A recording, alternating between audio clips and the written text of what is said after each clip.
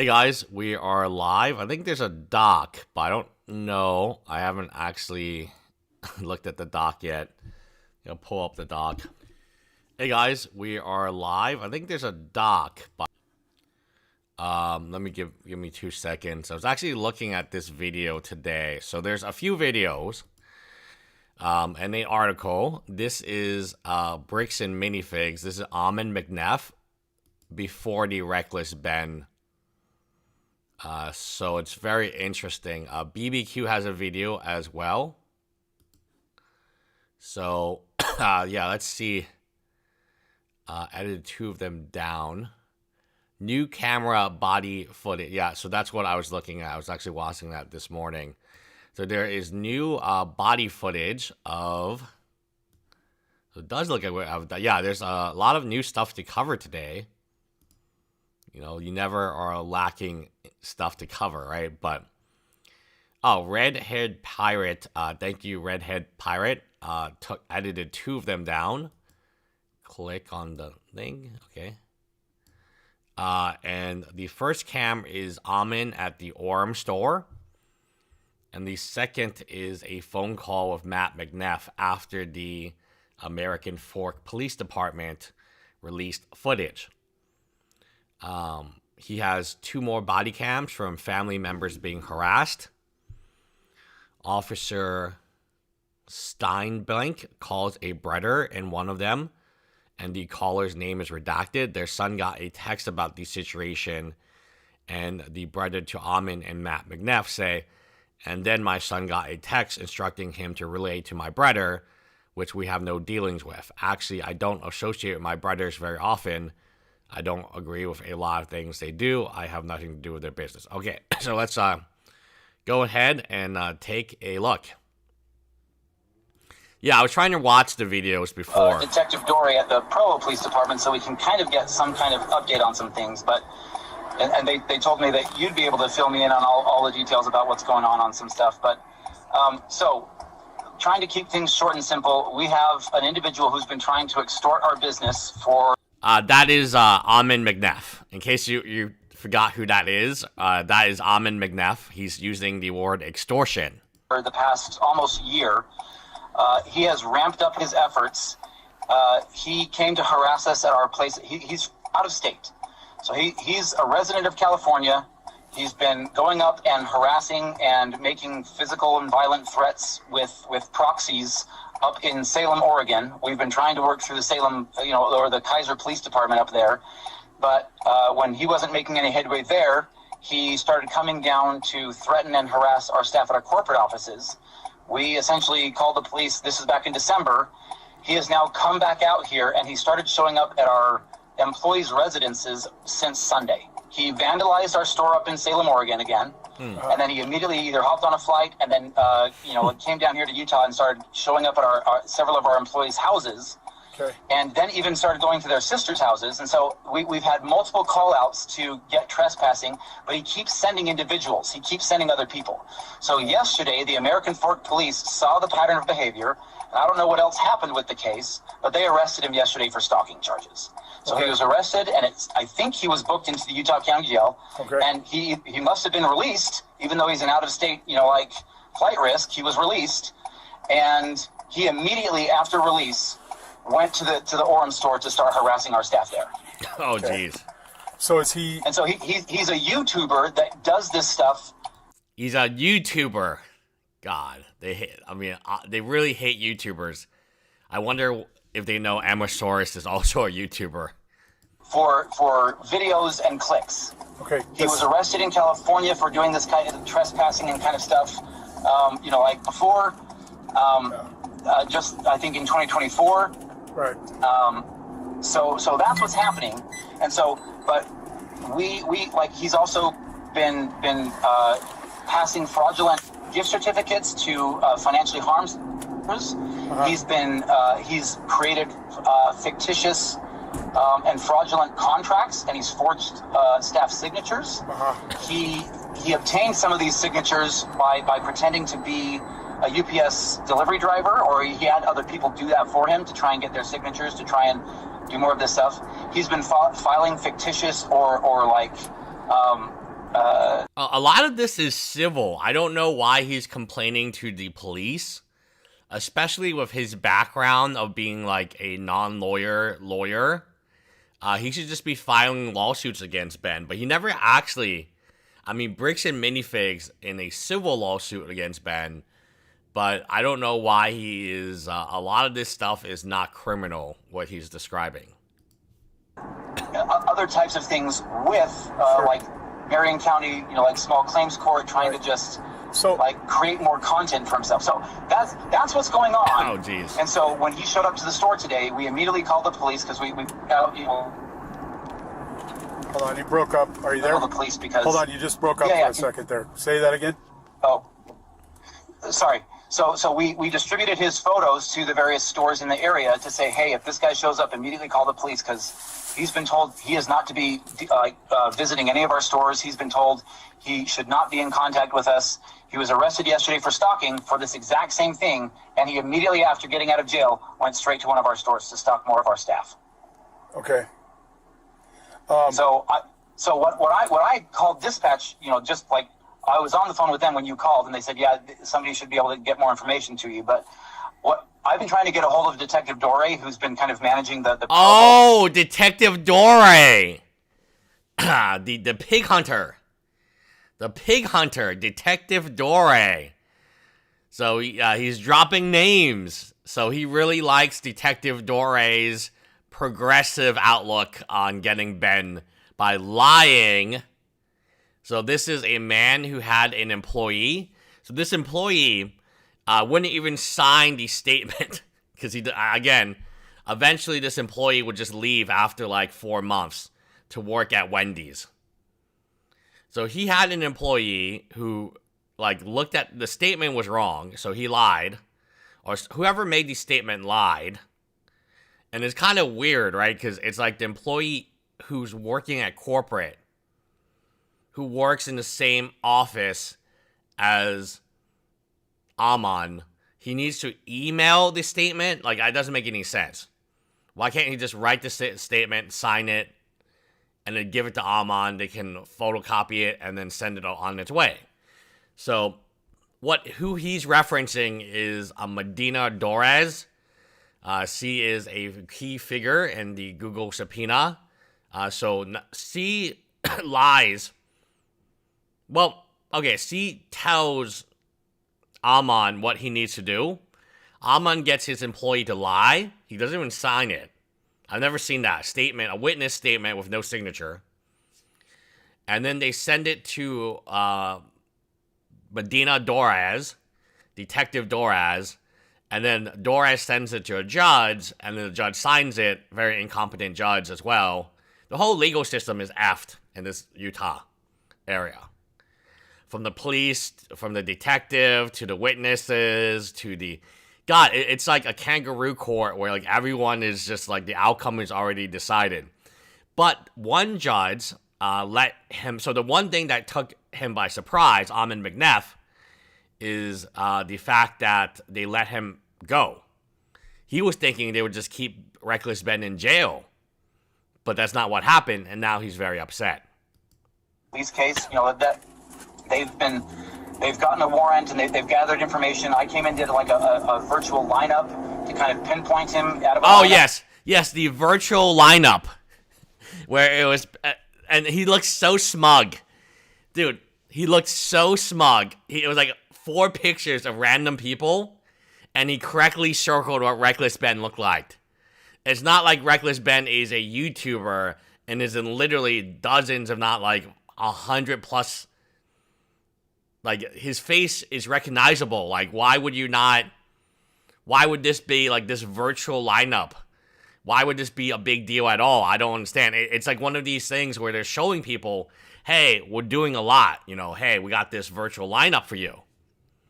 Can you select which one of these is Reckless Ben? But it's like, how would he not know this? He's actually met Reckless Ben, I think, at least one time in person, and probably watched all his YouTube videos. So what was the purpose of this lineup? It doesn't make any sense.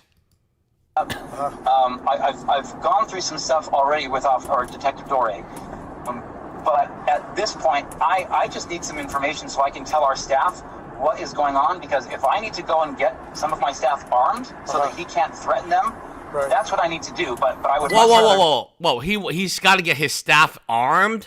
Wait, is that what he's saying? He needs to buy guns for his staff so they can shoot right. Whoa, hold on. But at this point, I just need some information so I can tell our staff what is going on, because if I need to go and get some of my staff armed, yes, he's getting guns for his staff just in case Reckless Ben comes in.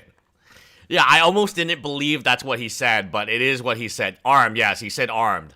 If I need to get my staff armed, meaning guns, that's what I need to do.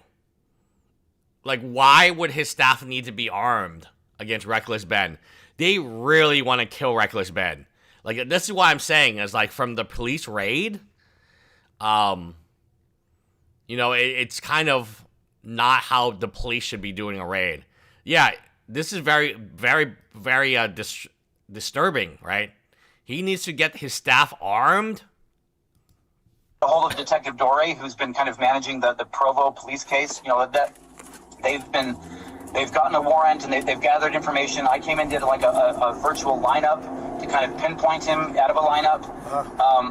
I've gone through some stuff already with our Detective Dore. But at this point, I just need some information so I can tell our staff what is going on, because if I need to go and get some of my staff armed so that he can't threaten them. So he's going to give his staff guns on the company credit. So, okay, you cannot support bricks. Oh, BBQ's here. Shout out to BBQ. If we have time, we'll watch BBQ's newest video. So, he's saying, I need information because I need to give my staff guns on the company. So do you realize by supporting Bricks and Minifigs, your local Bricks and Minifigs, you are actually paying money for Ammon McNeff to then buy guns to shoot whoever, including Reckless Ben, Sheldon. Like, these are just kids, right? Like, and they don't present any danger to them at all. Hey, BBQ. Holy shit, man. Like, again, this guy is like, he's escalated it to a point of no return. It's like what the Lego lady we had said. Is there anything that can save Bricks and Minifigs? No, because all they do is keep doubling down. They would rather have and you have seen their employees? Their employees probably have no gun training. So his idea is, and his employees, like, they don't look like they actually like guns. The IT guy, right? Can less staff get guns too whenever Tony wants? Yeah, this is where the Ristic Siphon, the marketing budget, where BBQ found out that they actually take 1%, it was like 800, almost 900, and they spent like less than 400,000. So the marketing budget that they pay 1% towards, like, it doesn't actually go to marketing. It goes to, I guess, guns, right? Guns to defend themselves against Reckless Ben. Like, we all know Reckless Ben is not a danger, guys, right? His group is not a danger. They've never presented themselves as a danger. So to escalate it, so when you escalate something, it's like, hey, this is the threat level. I'm going to shoot Ben now. Well, okay, well, no. Like, that's not what you... Again, this is something that is actually criminal. So if somebody is coming at you and you have the ability to shoot to kill, but he's not like presenting a big threat to you, right? You could shoot him in the leg, shoot him in somewhere else, right? Where maybe it would injure him, but not like, so again, escalation, is a very interesting topic in self-defense, right? And a lot of times, it's like, did you have to escalate to shooting and killing somebody? Well, how did they previously behave? Did they had weapons before? Like, were they aggressive? And Ben has been very, very kind. But yeah, I mean, have you seen their employees? Their employees have never shot a gun in their lives. Have you seen the IT guy or the guy who works at Wendy's? They're just Lego people. So he's going to arm a bunch of employees who probably have never held a gun in their lives, so they can shoot Reckless Ben when he comes to corporate. Holy shit, man. That's what I need to do, but I would much rather be able to tell them, hey, this case is proceeding, or they're going to go find him and rearrest him because he clearly had to have violated some kind of rule by getting out of jail and immediately going to stalk our staff again. Like, there's got to be something to stop this guy from continuing to intimidate our staff. So, right? so what is the place of business is at 658 South State Street here in Orem, correct? Correct, yes. Okay, and that's where he one went. Of our corporate stores. Okay, and that's where he went and harassed an employee or several employees today, correct? Correct. He went there to intimidate our staff. Okay. Through his repeated intimidation tactics, yes. Okay. Dude, this guy's an idiot. He went there to intimidate our staff with repeated intimidation tactics. Like, does that sound like, I mean, he sounds like he's in full panic mode. He sounds like if he had a gun and Reckless Ben was in front of him, he would actually shoot Reckless Ben. These are not, like, mentally stable people at this moment in time. Like, Josh Johnson, he's running out to his neighbor's yard. The police are saying, get back, Josh. Like, he's like a rabid dog. Go back to your home, Josh. Go back to your home. Yeah, I mean, I thought it was just Josh Johnson who was, like, mentally unstable. But it's Ammon McNeff. And he's going to arm his entire staff with guns just to prevent Reckless Ben from asking him where the money is. He's going to spend more money on guns for his entire staff than, like, Brian Menzel needs to be paid back. Which is really kind of the terrible thing about all of this stuff is $80,000. This guy has wasted a lot of money on PR, on marketing, on Facebook ads. He just couldn't, like, save the money and then pay back and then it's all over. All right.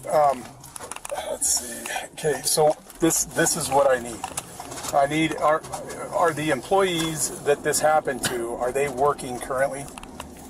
I believe so, yes. Okay. And I can come and meet you at the store if you want me to as well. Okay. If you wanna meet me at the store, what I like to do is have people write a statement based on all the facts. Oh, very interesting. I bet you they're going to sign their signature on the statement. It won't be like a Google Doc. It'll be a handwritten statement. Right? Because that's when Daniel McNeff, when he was writing his statement, it was handwritten. I bet you it's not going to be a typed out statement with no signature given to Doraz to then, you know. I bet you it's not going to be typed out. I bet you it will be handwritten. The information that they have, right? Everything that you can get. The more detailed, the better, right? Write a statement. You'll send that to me on my email. I can attach that to my report, and then I can send it all to detectives. When we originally started talking, he first started off going over, like, extortion. He's like, hey, pay me all this money and I'll leave you guys alone. Okay. And we're like, what are you talking about? Anyway, there's a lot more that goes into it, but that's essentially what we started the whole process with the Provo Police Department because he was harassing us, saying, well, hey, I'll... So this is the Provo Police Department, not the American Fork. At this point in time, Ben gets arrested by the American Fork Police Department. So, and then he gets out on bail. So he's trying to double dip. He's trying to get... So Ben got arrested by American Fork. The judge said, you know, hey, we got to give this guy bail. I think it was like $5,000, $10,000 bail. He paid the bail, and then he left. Now Ammon McNeff is on the phone trying to get another police department involved, and he's trying to get Ben arrested with no bail. Leave you guys alone and stop filming and doing all this other stuff if you guys just pay me like $200,000. Oh, wow. Wow. And well, it wasn't $200,000. It was like $80,000, right? That's what Brian Menzel wanted. So we're just like, no, like, what you're doing is extortion. That's illegal. It's like, no, like, I'm just, and he acts really, like, cutesy. Like, he's clearly got some form of sociopathic. He acts very cutesy. So he's not a risk or danger. That's just how Ben acts. So, like, oh, he acts so cute. Cute. What's cutesy? Like, cute, right? He acts so cutesy. disorder, because he lies through his teeth. He says and does whatever he can to just get away with whatever he wants. He lies through his teeth.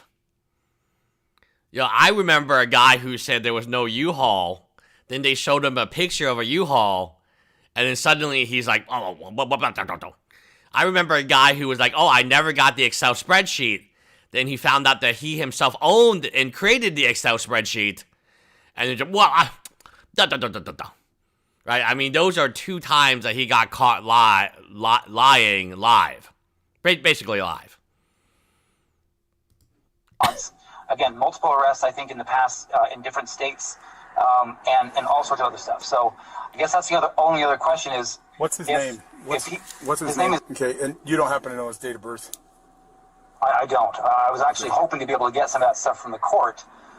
And Officer Dore, again, like, she's identified him. She has his, like, so they got his driver's license, and they had, like I said, they had me come in and look at multiple images in a double...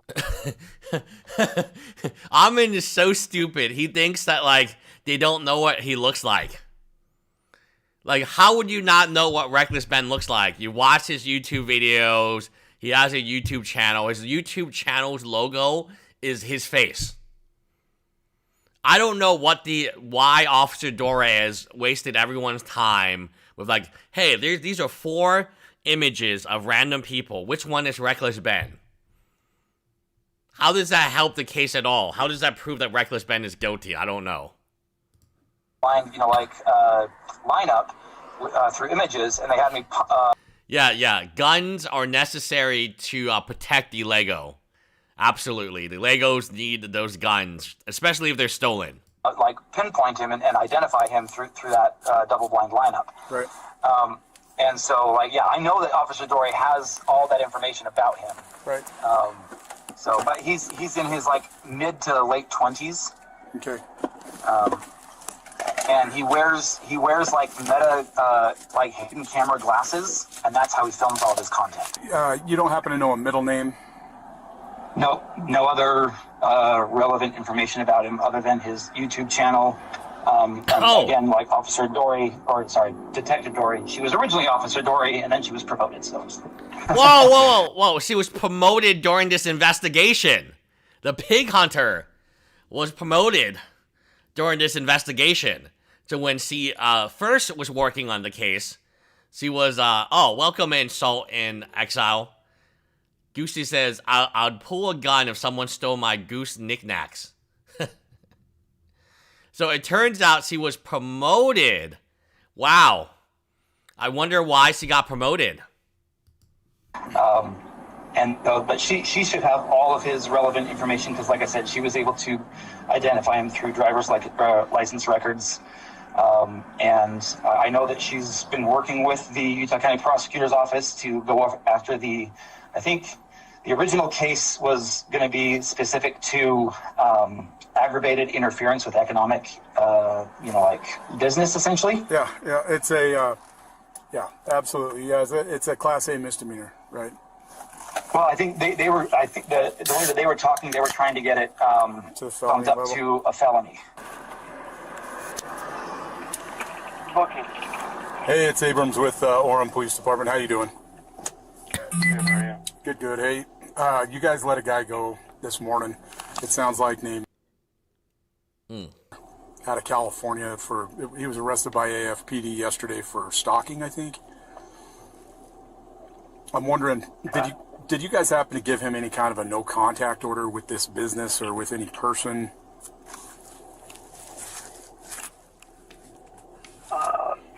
His name was Daniel, you said? Or no, wait, what? What was his name?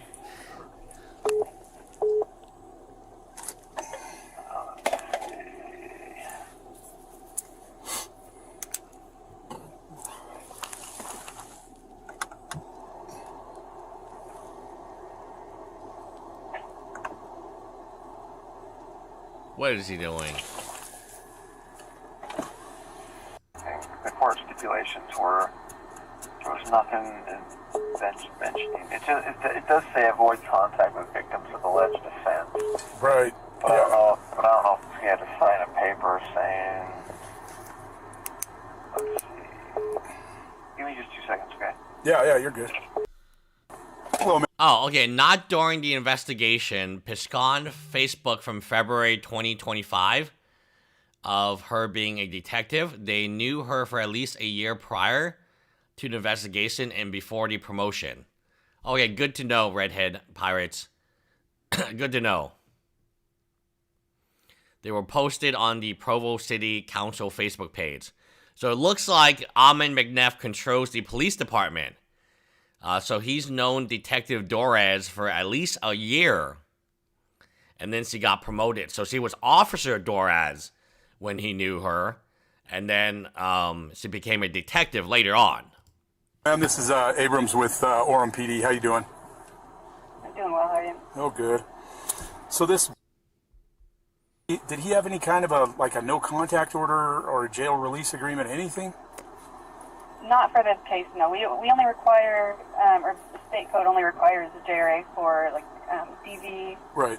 sex crimes, and child abuse. Okay. So our system would not have flagged it. If the arresting officer had specifically requested it and put victims in there, Yeah. we would have had him sign that, but it looks like the officer did not do that. Ah, dang it. So, dang it. So this is obviously a very neutral police department, right? They're very neutral. You can see how this guy reacts when he's like, oh, damn, we didn't get him. So they are fully on Ammon's side.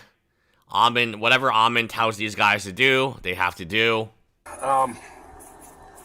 Man, because he literally left the jail and went right back to this business and harassed a bunch of the people there. I'll go...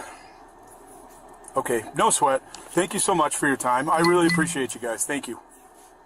Yep, of course. And one thing to keep in mind is if there was something that went on, on the court level of things, that there is a chance that that's still going on, but that would be completely separate from us. Yeah, for sure. Thank you so much. Yep. You're welcome. Have a great day. You as well. Bye. Officer Oh, the man, the myth, the legend. Ammon McNeff. And he's making it seem like they went to a store. But I'm pretty sure they, yeah, Mr. Patrick, bye-bye. Bye-bye forever. Nice to meet you. Yeah. Thanks for coming over. Yeah, of course. We can head to the back if you want. Yeah, he'll we'll grab one dude. Thank you. Appreciate it. No problem. Thank you. Man, is it... Chairs so that we can. Sure. Oh, and they bring them into the back where they hide all the Legos they don't want to sell. Because, like I said, I've actually got a whole bunch of stuff already written up. Yeah, you know what's hilarious? When I ban somebody, our numbers jump up like this. So we went from 220 to 265 as soon as I banned that dumbass Mr. Patrick guy. It's almost like you get rid of the trolls, then more people organically come, right? It's so weird how that happens. I can provide to you, but Sure. if you're like, whoa, that's way too much detail, I can just Well, what is this? No. This is their monthly goal, is to make $12,000 a month? That doesn't sound really good. If you have something, I would like it. Yeah. So this is what I'm going to do though. I'm going to have you send it to me by email. Yep. Because then all I got to do is copy and paste whatever, and I'm sure you've put a lot of work into this. So Yeah. what I'm going to do is I'm going to take your exact. Officer, I'm sure you put a lot of work into this. Dude, Ammon McNeff, why don't you just pay $80,000? This all goes away. And, it's so funny in hindsight to realize, there are opportunity after opportunity for this guy to get out. And instead, he just doubles down, right? He just doubles down. At no point in time does Ammon say, you know what? I might be wrong here. Let me, ask around to see if I'm wrong. He was given so many opportunities in so many different circumstances to just, pay the money, wash your hands from it, and then go on with business. Words. Yep. And attach those to the report, if that makes sense. Yep. Okay? Absolutely. That way there's Exactly. no, sorry about that. You have the chairs there. There's no, Yeah, there's no confusion. Thank you, sir. Yeah. So, all right. It's fine. I'll stand if I can. I sit all day, man. I get you. I just got to be able to use this. It kills my back. No, you're good. So what did the jail say? Was Okay, there so the jail did not give any kind of an agreement. But it's not for the police officer to tell Ammon this stuff, right? The police officer at this point in time is investigating, so he's got to be neutral. He's got to, like, understand both sides.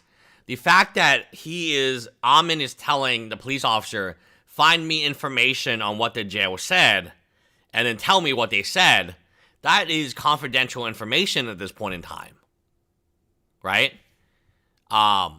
So the police officer, by disclosing what the jail told him confidentially, has now violated Ben's rights. Like, Ben's civil rights are being violated right now. Ammon's gathering information not to help Ben, but to hurt him. Because the officer didn't. Yeah, I agree, BBQ. Thanks for the $1.99. The break room is a mess. Request one. So if there's a stalking, if there's anything to do with stalking, the only time that they give an immediate jail release agreement to is for, like, domestics, things like that, right? They don't do them usually for stalking unless there's a request for one, right? And then they have to name victims. I'm not 100% certain if they can name a business as a victim. Sure. That's up to them to do that. Yep. Ammon's the legal expert. Yeah, of course. That makes perfect sense. I'm such a lawyer. I'm such a non-lawyer. I know that and look at this guy. Look at this guy here. Who is this guy? He's a new character. You know, in this case, it didn't happen. Yeah. But that doesn't, get rid of the issue. So did he come in here and, like, was he interrupting, like, the commercial business? He apparently came in and said, hey, we're investigative journalists, which he's just trying to claim he's that so he can get away with filming in our store. Right. Yeah. And so he then, like, was attempting to interview the staff and trying to disrupt the business by again, continuing the harassment towards, like, extortion. Like, hey, so your business stole all this money. Right. Like, so you guys pay us this money and we'll leave you guys alone, all that kind of stuff. So for the purposes of my camera, what's the guy's name that came in to do that? There are several others that we have not yet been able to identify ourselves. Okay. I know one individual who has also been to our corporate offices that we tried to have trespassed before, but by the time the police got there, they already left. Okay. And also for my camera purposes, your name? My name is Ammon McNeff. Okay. All right. Okay. What I'm going to do is I'm going to give you a card. Okay. It's got my email. Dude, look at his smile. The sooner you can send me all this stuff. Wow. So, like, this is what I've got here. Yeah. Like, it's fairly summarized, Here, let me but, like, see here. Okay, corporate observed pattern suggesting coordinate. so residential harassment. Like, so this is where things really kind of started here in Utah, like this last weekend. So they vandalized the store, like I said, up in Salem, Oregon. Okay. And then they immediately came down here to Utah within like 24 hours. And so multiple incidents occurred at the residence. Delivery personnel falsified insignia, obtained signatures under false pretenses, delivered prank materials, filmed interactions. Okay. Then the vehicles associated with... What do you think this guy's doing? He's flipping his phone. He's who is this guy? circulated repeatedly between the two homes, attempts made to provoke filming encounters.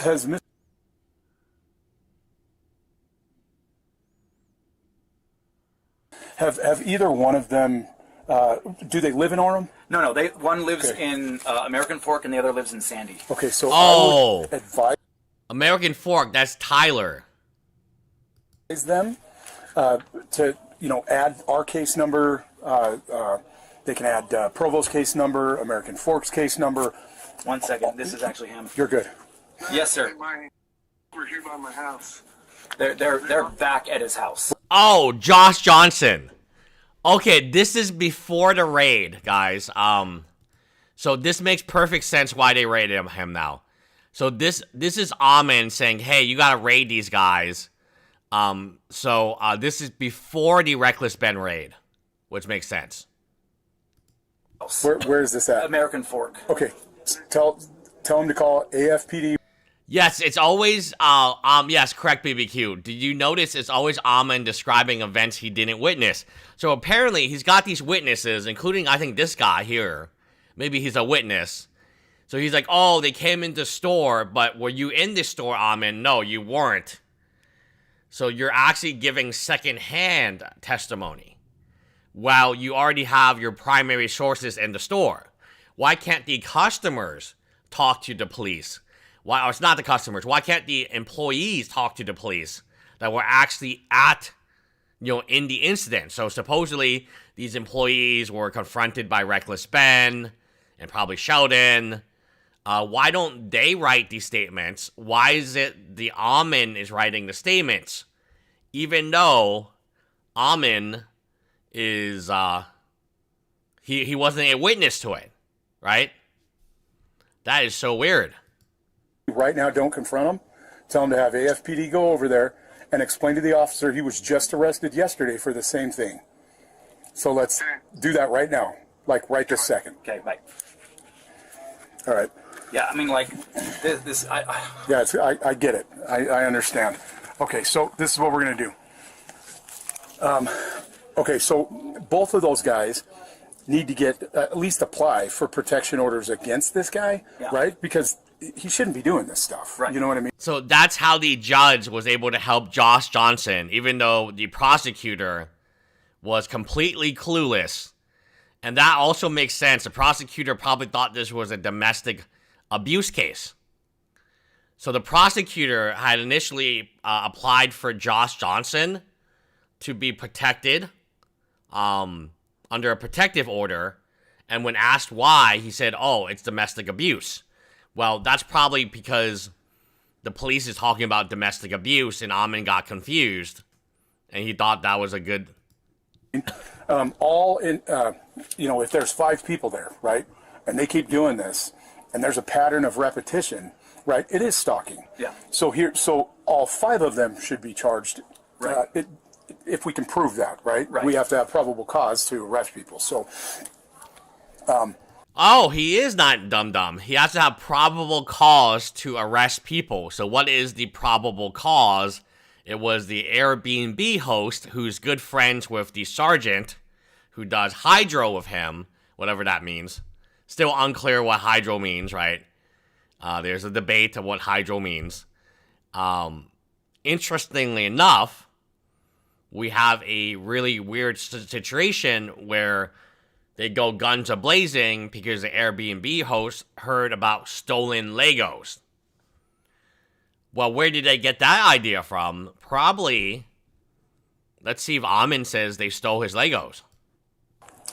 He can at least use these case numbers to obtain a protection order. That makes it so that the guy definitely can't go over there. The first offense of a protection order is just a misdemeanor.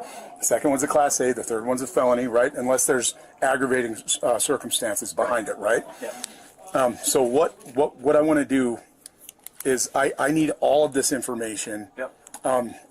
They need to make reports to whatever agency where they live. And I understand that this is very widespread over several states, so it's not like this is just in Orem itself. Right. But anything to do with Orem, I need that. I need that stuff. Okay. Yep. I can compose an email and just send this over right now. Okay. Thank you, sir. So what's the email? He told us he's like, we're investigative journalists, and This is a witness. So after Ammon talks for like 10 minutes, we finally get an eyewitness. Because remember, Ammon didn't witness any of this stuff. He came in later. So why didn't we talk to the eyewitness to begin with? Why do we need Ammon's statement? Like, Ammon's statement is like completely useless here. He was not even here during the event. He's wearing the same outfit he got arrested in the other day. Mm-hmm. And so I recognized him. Oh, so funny. Oh, BBQ says, I feel like this is the best cop we've seen in... Yes. Probably the most reasonable cop. But still, he's obviously on side Ammon McNeff. immediately, and I just kicked him out. Okay. I just told him I was going to call the police if you don't leave. What time was this at exactly? It was 1:51. 1:50. So the camera times are correct. Yeah, the camera times are. There's no deviation on the camera. Oh, they're showing them corporate footage. So at all times they're like recording. Corporate is recording. Times. Nope. Yes, the eyewitness should be separated. Correct, BBQ. Yes, very biased, Alex. Okay. So it occurred 3/11/2026 at 1:51. Look, yeah, look, they just leave. Look. I mean, it's kind of blurred, but you can kind of see, like, they just leave. So they came in, they wanted to do investigation, and they said, no, leave, and they were going to call the police, and they just left. And they did, I didn't get their license plate, but they did leave the parking lot. 13:51 hours. My mistake. They did leave the parking lot in a black, like, sedan, which I think is the same sedan that you guys saw. Offices. Yeah. Okay. It's like a little Kia. Can you... There's a Kia and there's a Volkswagen. Yeah, I think it was the Kia. Okay. Because it had that, like... Can I get you to email? Yeah, so an eyewitness is now talking to his boss, saying, boss, what was it? And the boss doesn't know, because the boss wasn't there. And the boss was, well, it's probably the Kia, right? Yeah, it is the Kia.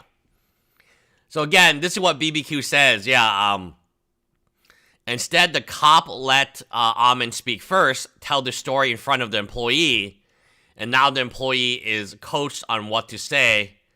Hi, Havoc. Havoc is the dog? Is Crystal in chat? Havoc is Crystal's dog, right? So anyway, this is not the way to do an investigation.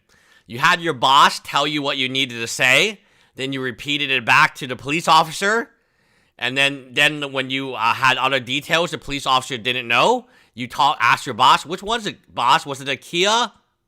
And the boss said, yeah, it was a Kia. Well, how would the boss know that? He wasn't in the parking lot. That doesn't make any sense. Me a copy of this video? Yeah, absolutely. And then I'm going to check that right now in my car to make sure that it will play. Okay. If it won't, then I'm going to try to do it another way through evidence.com. I'm not familiar how to use that. Okay. So I'll have to call one of these younger kids to come down and show me how to do it. But we'll get it figured out either way, okay? I'm sorry this keeps happening to you guys. I would be frustrated too. No, yeah, like, and again, it's more so, like the concern for the safety, because up in Salem, Oregon, where he's interacted, like had more of the interactions with the individuals, and both were helping us establish the business up in Salem, and so they were up there like when a lot of the stuff was happening, and then that's why they were being targeted in a lot of different ways, because they were. I like how he's like standing like right outside the door, so like there's kind of this like fake separation, which makes it seem like they're not communicating with each other, or you can't listen to Ammon. The ones that interacted with them in Oregon. Sure.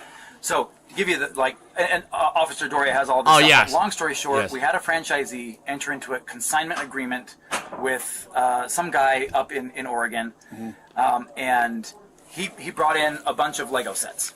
Clearly, we're in the business of Lego. Yeah. Right. You got a couple Legos here. We do buy, sell, trade, right? Sure. Like, so somebody can bring in their stuff. Okay. Well, he didn't want to sell it. He just wanted her to sell it on his behalf, and then they'd split some of the funds. We don't operate that way in our franchise. Right. So she was not allowed to do that, but she did it anyways. And so she then started selling his stuff with. But they also benefited from it. So according to Crystal, they did get their monthly payments. So whenever Crystal would sell something via consignment, she would take 35%. That's how much she would make. And then 10% of that would go to corporate. Or 7% of that would go to corporate. 3% of that would. So they were actually benefiting financially every month from this consignment agreement. They didn't complain then, when it was financially beneficial for them to get their 7% on the consignment. There was no issues at that time. There was only issues when they took over the consignment. Without our knowledge, and then she wasn't, like, allegedly, we're still digging through it, but allegedly she didn't pay him. Okay. So then she stopped paying us, because we're the franchisor, I'm with the corporate offices. Right. So she stopped paying her royalties, and then she said that she was going to be moving to Ireland and was abandoning the store. So we're like, okay, we're going to terminate your franchise. Again, this is a lie. She was going to move to Spain. So I don't know why Ammon needs to lie about it. It's kind of like the U-Haul. It's kind of about the document. Like, there either was a U-Haul or there wasn't. Like, you lying about whether there was a U-Haul or not doesn't change if there was a U-Haul. Especially if there literally is a picture of a U-Haul. So again, this is Ammon McNeff lying, saying, oh, she was going to Ireland. She was never going to Ireland. Where did Ireland come from? She never mentioned going to Ireland. She was going to Spain. So, I mean, like, it's one of these things where, like, it's very concerning because Ammon McNeff does not need to lie. Like, it does not make a difference to tell the police officer she's going to Spain. Or I don't know, she's going somewhere to Europe or something like that. Or she was going to leave. Where did Ireland come from? Again, it's the whole U-Haul thing where, like, I mean, it would be crazy to lie about that when there's literally a picture of a U-Haul. Right? It's also crazy to lie about not having the Excel spreadsheet when you yourself are the owner and creator of the Excel. These things, like, the Ammon lies about just don't make any sense to me because they don't actually help him. Like, they do nothing to help his arguments. They do nothing to help his position. Whether or not she was going to Ireland or Spain, why would you need to lie about that? If you don't know that she was going to Ireland, just say, oh, I don't know where she's going, but she was going to move. Right? It's very bizarre. It's very, very bizarre. Because we were looking to do that anyways because you've stopped paying us. And then, like, a little bit of, like, she just kind of became, you know, like, combative with that whole process, even though she said she was going to abandon the store. She leaves, and then she's like, oh, by the way, I've got this consignment thing, and we're just like, okay, well, we don't know what you're talking about. Okay. The guy shows up a couple days later, completely different guy, his name's like, he's like, you guys have a bunch of my stuff, give it back to me right now. We're like, what are you talking about? And he's like, I gave this store all this money and, like, all these things, and we're like, we have no idea, what are you talking about? Like, if you've done something with the former owner, send us some documentation. We'll help go through this stuff. And he's like, no, give me back my stuff right now. And we're like, dude, like, you got to go. Yeah. Like, and so, like, that then, like, started this whole thing. He then started going out on all these social media platforms. Mm-hmm. Up on it was like, ooh, I have a chance to go and extort money out of these guys. Sure. So he then started harassing the store. He started printing up, like, fraudulent documents. Oh, jeez. Oh, jeez. The extortion again. I don't think Ammon knows what extortion means, right? So, like, he just wants to be paid back. Like, it's really simple. He just wants to be paid back, either his figures returned or the compensated for the value of the figures at, like, 65%. Printing up, you know, like, he did this exact same thing where he pretended to be a delivery driver, got a signature of one of the store managers, and then he put her signature on a fake contract that said... This is what I'm saying. This is what I'm saying. Like, Josh Johnson is thinking that they're faking signatures. Ammon knows it's a real signature. So Amanda signed a document with her real signature because she got tricked. So this is why I think Ammon is, like, he is such a liar that even Josh Johnson doesn't know what he's lying about. So Josh Johnson thinks that they forged Amanda's signature. But he just said, in real time, before Josh Johnson gets on the phone with the police, so this is all before the whole Josh Johnson with the police thing, that, this is after.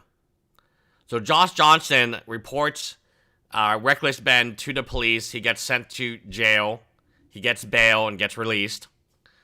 But according to Josh Johnson, so something as, like, simple as this, you have two different stories. Josh is saying that the signature is forged, so Amanda's signature is not real. This guy actually knows that the signature is real,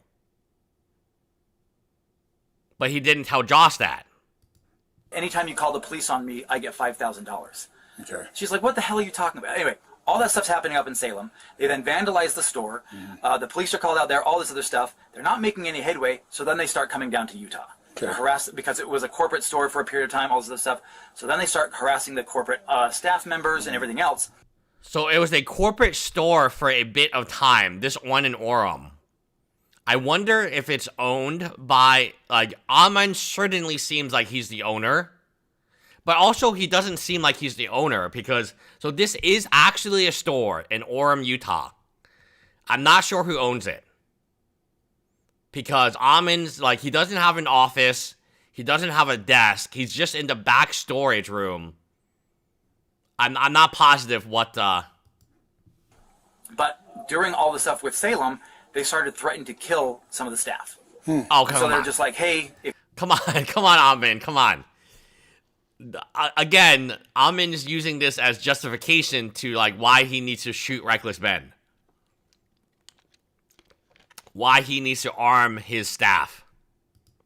If you don't, we're gonna kill you. If you don't give this guy his money back and all this other stuff and like all these things. And so we're like, dude, like you guys have to go through the appropriate legal channels. Yeah. This guy has nothing to do with it, Right. other than he just gets off on making videos and like if you look him up again, he goes by the name of YouTube. Okay. And he films himself doing illegal things all the time, and then he gets his videos taken down. You can do all sorts of research on him.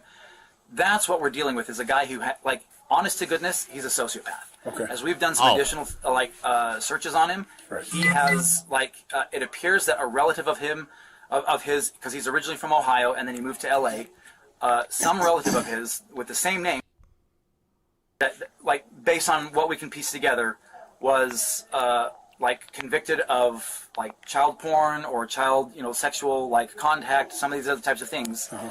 So there's a very real chance that he may have been abused as a child, but that... Whoa, what the hell is he talking about?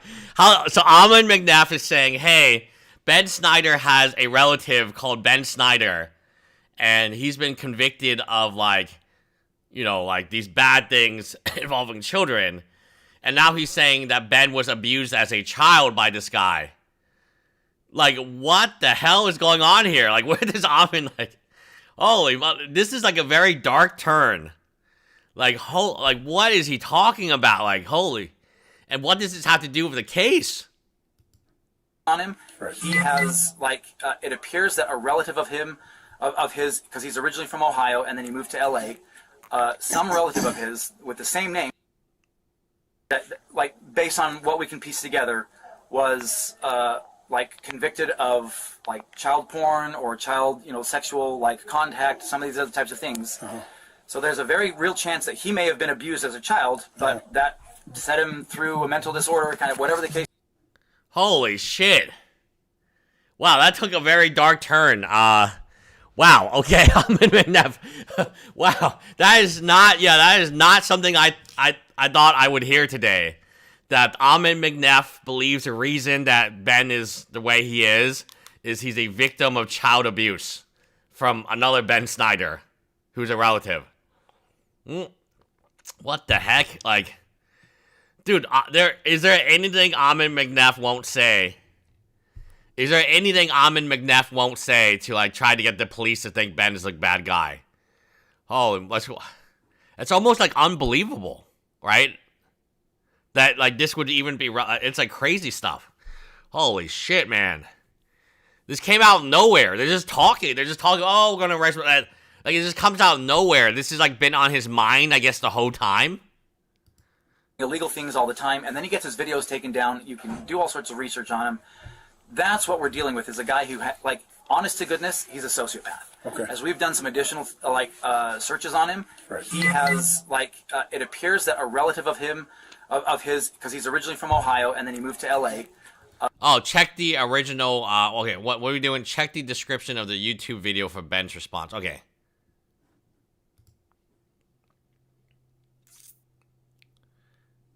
Okay, so, Ben says that the claims that he was abused as a child are untrue.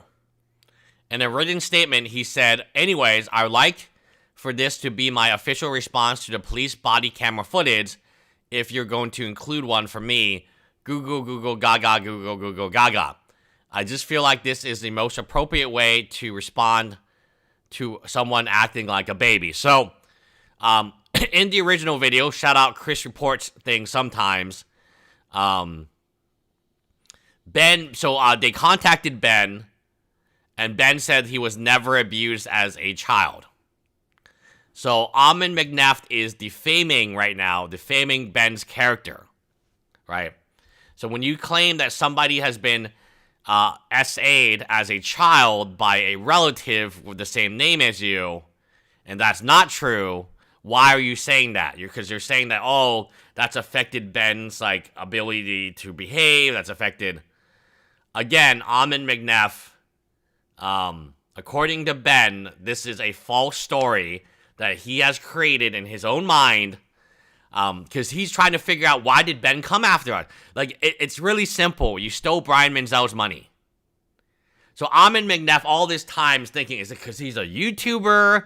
Is it because he was SA'd as a child? Is that why he hates Legos? So, like, Ammon McNeff is trying to, like, Ammon McNeff things into his head to make it, like, make sense. When, in fact, the answer is really simple. You just have to pay the dude $80,000, right? Yes, in front of this employee here. This employee is he's looking very uncomfortable right now. Some relative of his with the same name, that, like, based on what we can piece together, was like convicted of, like, child porn or child, sexual, like, contact, some of these other types of things. So there's a very real chance that he may have been abused as a child, but that set him through a mental disorder, kind of whatever the case may be. He's clearly a sociopath that does not care about, like, the system. Can you give me 1 second? Sure. What we look at is we recognize, like, and we know that the law has to kind of be a little bit, like, they're agnostic, right? Like, you can't take my word for it, and I totally understand that stuff. Right. But from our side of things, we know this guy's a sociopath, and so we are very afraid for our staff. Yes, sir. We've got franchisees from all sorts of, like, all over the country right now that are training in here, and these guys coming in. Oh, this is the training facility. Oh, this is how they do training. They do training at this office. That explains why there were so many staff members. They're actually franchise owners. That's why he's hiding back here. He doesn't want these new franchise owners to hear, like, what's happening. Oh my god, it makes perfect sense. This is their training store where all the new franchisees come for a week and get training. And this is probably just a regular employee who does the training. And Ammon McNeff is hiding in the back room because he doesn't want the franchisees to hear about all the crazy stuff that's happening. Oh yes, Canine Rescue Gal. Remember, she is correct. This guy is a psychology major, right? So he's a BYU psychology major, and he's deduced from his psychology major that the reason Ben is behaving this way towards him is he was SA'd as a child by a relative with the same name. They've threatened people before, like, and like they're showing up at houses. Clearly, they were trespassed yesterday, and they're right back. They don't care about the law, right? Right. And that's what makes us very scared is because again, like, and I'm kind of asking a serious question. In your opinion, would you go get a shotgun and bring it in the store? Oh, come on, Ammon. Come on, Ammon. And the training? You're going to train these franchisees to, like, all buy shotguns to shoot people? Holy shit, man. And he's asking the police, in your opinion, do I need to buy a shotgun? Remember where he is right now. He's in the training facility. Like, dude, imagine you're a franchisee and you're on the way to the bathroom and you overhear this stuff and you're just like, holy shit, like, what did I get myself into? Like, I just like Legos. Now all the Lego owners have to be trained in how to operate a shotgun. Holy shit. So what I can do, I can't give you my opinion on that, but I can tell Look at the employee. He's like, haha, that's so funny. What a funny joke. You that, carrying a firearm in the state of Utah, even concealed, is completely legal as long as you're not a restricted person. Yes. Right? And so he's like, I can't tell you the answer is yes, but the answer is yes. You should get a shotgun. So I personally encourage people who are able to carry legally to carry. It's your right. It's a Second Amendment right, right? It's your right to carry. God, this is a fucking Lego store, guys. Like, how does this make the franchisees feel? that their leader, Ammon McNeff, is telling them essentially it's so dangerous to be a Bricks and Minifigs, you all need to get shotguns just in case Reckless Ben comes by. Holy, like, come on, like, these people are, they just want to, like, you know, they just want to open a Lego store that's, like, family-friendly. And now they need shotguns to shoot people over Legos. Like, I really don't think Ammon McNeff knows what type of business he's in. Like, he's in the Lego business for kids. And why is the cop, Justice for Tattle. Why is the cop encouraging his crazy behavior? Yeah.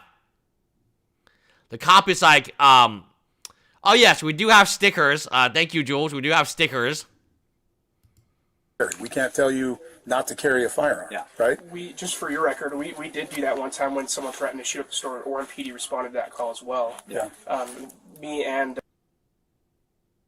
firearms office at the time. Oh, he has firearms. This has happened before.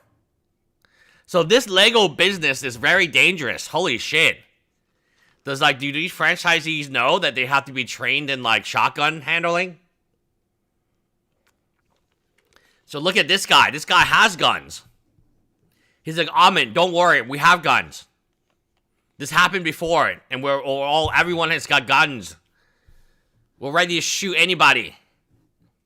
So, like, if you are bringing your family in, does it help that this dude here, dressed in this way, with short shorts, has guns, and is ready at any time to pull the trigger? No, I mean, if I take my kids to a Lego store, I'm hoping the Lego employees are not like, because it's a family environment. It's a family environment. Were you the one that escorted him out earlier? Yeah. Okay, perfect. Yeah. Can I just get your ID? Yeah. I have to attach you to the report. Yeah, let me go grab my keys. I gotta find them. No, you know what? You don't got to do that. Let me just get your name. Okay. Just put in there what he made, the statements that he made to you. Okay. You know, it's gonna. It also kind of helps us with a potential stalking violence. Yeah, Colin says, Ammon's so sad the cops didn't kill Ben. No, Ammon's sad that the cops released Ben. He seemed absolutely shocked. He figured he could speed it up by arming the entire company, yeah. Remember, he's got to arm the Salem, the Eugene, the Florida, just in case Ben visits them. Remember, when you visit a Bricks and Minifigs, they have guns on premise. Guys. Guns, owning the police, sounding like a mafia. Exactly, Salt in Exile. Thanks for the $5, yeah. So if you go to get your franchise training and you don't do a good job, he's going to pull out the weapon and shoot you. Also. Okay. Right? Okay. And that's going to be for detectives to decide, because I am going to send this off to detectives. I was a detective myself for a really long time. This is a case that I would have probably taken. Okay. But that's not saying that they will. They're, you know, it is what it is. Don't worry, they have Detective Medinda on hand. Okay. Yeah, but it sounds like Provo already has a good case, so hopefully that's going to go somewhere. Officer Dore Sure. has now been promoted, and it's Detective Dore. And I can't shake the. So this guy is very close friends with Officer Detective Dore. Very interesting. Officer, I'm always That's like, okay. and I want to present the right respect and everything else, right? I get you, buddy. But so she's obviously heading up the case, looking into some of this stuff. Mm-hmm. But over the I've tried to reach out over the past 3 days. I get she may be off. You know, like, there's lots of other things, and I don't want to. You know, 1 second. Yeah, you're okay. Yes, sir. Well, the cops are here. Oh, Josh Johnson! Holy shit!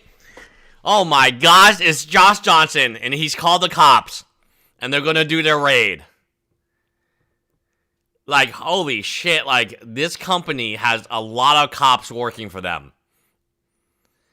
Josh Johnson has now called Ammon McNeff.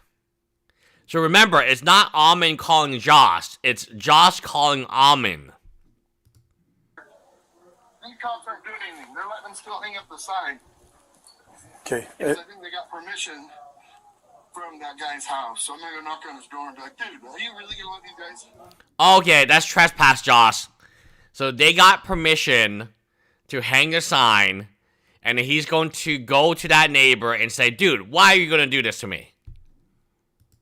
Hang up lies on your fence about your neighbor? Yeah. Like, are you stupid?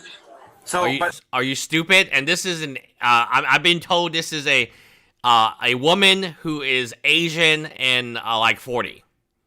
but they're back harassing him at his house, like Right. at and around his house. So like I said, Is there anything like? Can you talk to the officers? he needs the officers aren't going to listen to anything that I say. Okay. They're going to go off of what they see at the time, right? They're not going to listen to me. Okay. What I would do is if I was you, I would apply for either a protection order or a stalking injunction. Yeah, that's what happened here. You guys remember this? This was like the crazy part where the judge is literally helping them do it because they're too dumb to do it. Like this is a crazy part about what's happening is they do, and this is before he has a lawyer. Lawyer, okay, snark, leak messages, leak emails, 5 takeaways, Denon's, Spylance Ben, BJC Live, franchise free, Denon's. Oh, yes, this. Look at this. Guys, listen to this.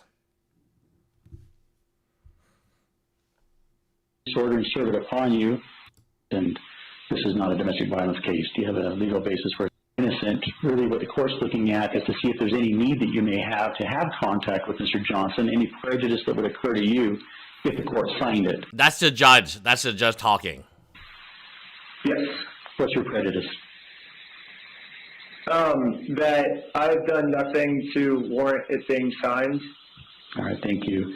Mr. Farr, I guess the concern for you is this is a pretrial protective order under the Domestic Violence Act, and this is a pretrial protective order under the Domestic Violence Act. That's the prosecutor. He filed it under the Domestic Violence Act. Not a domestic violence case. Do you have a legal basis for its entry? I think the pretrial protective orders are also allowable under 78B. Let me pull up the statute. 78B. 78B protective orders, Chapter 7. Criminal protective orders, Part 8. Pretrial protective orders. Now he's gone from domestic violence to child protective orders.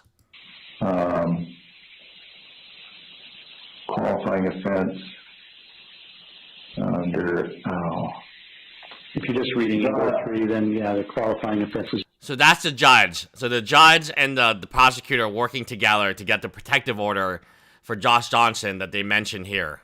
They're domestic violence offenses, aren't they? I thought that, Your Honor, I mean, I'll have to go look this up, but I believe that So he says, I have to go look for stuff. That means it's time to end, Judge. That means, Judge, okay, we couldn't find it. It's time to end. I'm being neutral. I'm being a good judge. But listen to what the judge does now. So he says, I have to go find it, which means he doesn't have it ready, which means it cannot be approved. Okay? these are available. We get them in sex offense cases all the time. Any case where we have a victim who is being... never mind. The judge's like, oh, I just got it. Never mind. Includes stalking. Yes. Stalking. So there's a statutory basis for it. Mr. Schneider, the court's going to sign this order and serve it upon you. And then, boom. We found it, and we're going to serve it upon you, and there's nothing you can do, Ben. Either one, right? I would apply for that through the state of Utah. You can go to the 4th District Court in Provo to apply in person, or you can go to utcourts.gov, and you can fill it out online, okay? But you just have to be detailed, explain what's going on, and they can help you from there, okay? Yeah, yep. So they had an officer arrest him yesterday for stalking, and now they're not? What was different? I'm just curious. We don't know. Okay. That's kind of part of the confusion, because as of yesterday... Hold on. I'm going to go talk to the neighbor and be like, dude, you let him hang a sign up there? Yeah. Okay. He's going to aggressively talk to the neighbor. And then the police is like, no, Josh, no! No, Josh. No, like this is so this is what they're talking about. So in real time, somebody can stitch together. Someone could. Shout out to we'll take a look at BBQ later. Somebody should stitch together like the timeline, right? Because it's all kind of like all the footage is coming out. So shout out civil rights lawyer. This is what's happening here. He also may have city ordinance regarding posting signage. So we're going to look into that before we leave. Okay. I realize that this is on private property, but it is on the sidewalk, so we'll have to look at that as well. I understand. We're talking to them. Just go hang out in your car or in your house for me. It sounds like that A, no laws are being broken, and B, nobody's going to be injured or in trouble or any of that. Yeah, stuff. absolutely. So, Absolutely. if you maybe give Officer Richardson a moment to check with the owner of the fence. Yeah. these people are telling me, can you go over there? Hold on. No. That's Josh Johnson. You gonna let him hang his sign? Move. That's Josh. We also may Jesus. have city ordinance regarding. Can you go over there? Hold on. No, one sec. You gonna let him hang his sign? Move. Get out. This guy got arrested for Get out stopping of here. me. Get out of here. Look, he's Get outta here. this is him. Get out of here. So he's on the phone. We're going to figure it out, okay? No, Jim, I understand. this ends today. I know. We're talking. This ends today. So while this is actually the same timeline, you know. So Josh is on the phone saying, Ammon, I'm going to confront my neighbor. And Ammon's like, yes, let's do it. Infectious says, hey, you can see Ammon's lying because his mouth is moving. Okay. All right. What if the sooner you guys get that to me, the better. I'm gonna start this report literally right now. Okay. Try to get everything added that I can, and then we're But so, gonna. like, with the Okay. or Detective Dory, Sure. like, if we can't, Hold on. Oh. That so in real time, this is Josh Johnson doing this on the phone. if we can't get a hold of her, what, like, and if we need an update on what's going on with the case, like in a situation like this where some people we feel like are in danger, outside of calling the regular cops, but clearly they're not willing to do something, right? Well, so, if it's in a public place or someone else's residence, their hands are tied. Yeah, literally, their hands are tied. But they're they can't showing do up anything. back at his house. Oh, shout out to BJC. I hope she had a good live stream. Let's see what she was talking about on her live stream. Yeah, shout out to BJC. Thank you for the raid. Yeah, let's see what she was talking about her live stream. Oh, congrats on the 20K, BJC. You absolutely deserve that and more. That's really cool to see that she hit 20K. Let's see what her live... Oh, and she also hit 100 videos. Oh, yeah, it does look like she's doing Brandon Best. She did 4 hours of Brandon Best. That was pretty cool. So, yeah, shout out to her. Right now, we are reviewing, like, camera footage from Ammon McNeff from this channel. And, yeah, we've learned some pretty crazy stuff. Again, one of the crazier things that we've learned... Yeah, BJC does great work, great investigation work. One of the crazy things we learned about Ammon McNeff is this here. Yeah. This guy has nothing to do with it, other than he just gets off on making videos and like if you look him up again, he goes by the name of YouTube. Okay. And he films himself doing illegal things all the time, and then he gets his videos taken down. You can do all sorts of research on him. That's what we're dealing with, is a guy who, like, honest to goodness, he's a sociopath. Okay. As we've done some additional, searches on him, he has, it appears that a relative of him, of his, because he's originally from Ohio, and then he moved to LA, some relative of his with the same name, that, based on what we can piece together, was, convicted of, child porn or child, sexual, contact, some of these other types of things. So there's a very real chance that he may have been abused as a child, but that set him through a mental disorder, kind of whatever the case. So Ammon McNeff, with his psychology degree from BYU, claims that Ben Snyder was abused as a child by another Ben Snyder, who is a relative. Ben Snyder has responded and said this is not true. In a written statement, he says, anyway, I'd like to officially respond to the police body cam footage. Goo goo gaga, goo goo gaga. I just feel like this is the most appropriate way to respond to someone acting like a baby. So yes, using Ammon McNeff's very expensive BYU psychology degree, Ammon McNeff has determined that the reason that Reckless Ben is BJC. Is BJC in chat? Oh, yeah, you congrats on the 20,000 and the 100 videos. Yo, BJC is in chat. Thank you so much for the raid. Yeah, so Ammon McNeff has determined, using his psychology degree from BYU, that the reason Reckless Ben is doing all of this stuff is not because he wants to get Brian Menzel's money back or his Legos back, but because he was abused as a child by another Ben with the same name as him. Yeah, you cannot make this stuff up, but that is what's happening right now. Yeah, if you guys haven't subscribed to BJC Live, give her a sub. I only sub to Reckless Ben here, but give her a sub. She does amazing work. It looks like there's some au pair type of things. Yeah, she recently hit 20K, which is incredible. She absolutely deserves it. But yeah, so we're not really doing the investigation part. We're just watching Ammon McNeff, like it gets worse, guys. It gets worse, right? Yes. So Reckless Ben, the reason that he's coming after Ammon McNeff is because he was abused as a child by another Ben Snyder. House, like sure. Within a certain number of feet. That's I think where the I think injunction- that adds to the stalking case itself. Yeah. Sorry, what's up? So I just went and yelled at the neighbor. And okay, so in real time, we're seeing two different perspectives. We're seeing Ammon McNeff. Ammon McNeff right now is on the phone with Josh Johnson. This is the perspective that's happening in real time. So Ammon McNeff is on the phone with Josh Johnson. Josh Johnson is yelling and going crazy at the neighbor. Okay, this is Josh Johnson real time. Okay, so here we go.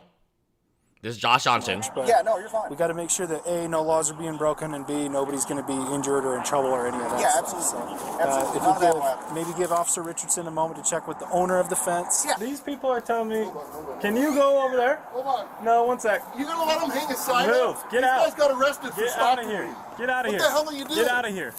Get out of here. Hey, give us a minute, boss. We're going to figure it out, okay? No, in jail. I understand. This ends today. I know. We're talking. More. Okay. So in actual real time, these two people are discussing this, right? So Josh is calling him, hey, I just yelled at my neighbor. So that's what he's doing. And the police are like, get away, get away, get away, get away. Yeah, I feel really bad for Josh's neighbor. I've been told she's Asian, she's older, and, she doesn't really know what's going on. Yeah, they're saying get out of here like Josh is a rabid dog, right? Like he's a rabid. Like look at how they treat Josh. I understand. We're talking to them. Just go hang out in your car or in your house for me. It sounds like they do have your permission. Cool. Thank you. And she's like, yeah, huh? They do have my permission. And then this is Josh reporting back to Ammon McNeff.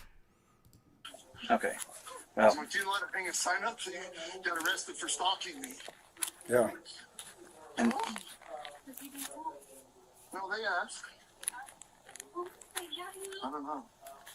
I don't really give a shit at this point. I have bad neighbors. Josh says, I have bad neighbors. Okay. No, Josh, you are the bad neighbor. You're the one running around, yelling and screaming to the point that the police is like, hey, get back, Josh, get back. Like look at the police. Look at the police. Like this, the police are not having Josh's shit. At least this police officer. Look how aggressive Josh is to his neighbor. Can you go over there? Hold on. No, one sec. You gonna let him hang his sign Move. up? Get These out. guys got arrested for Get out stalking of here. me. Get out of here. What the hell are you doing? Get out of here. Get out of here. Hey, give us a minute, boss. He's like a rabid dog. He's a rabid dog, and now he says, oh, I have bad neighbors. So that's what I would do right now. You know, I advise. Oh, Jess is on. Okay, BJC Live says re-upload. So, okay. Oh my God, cuter.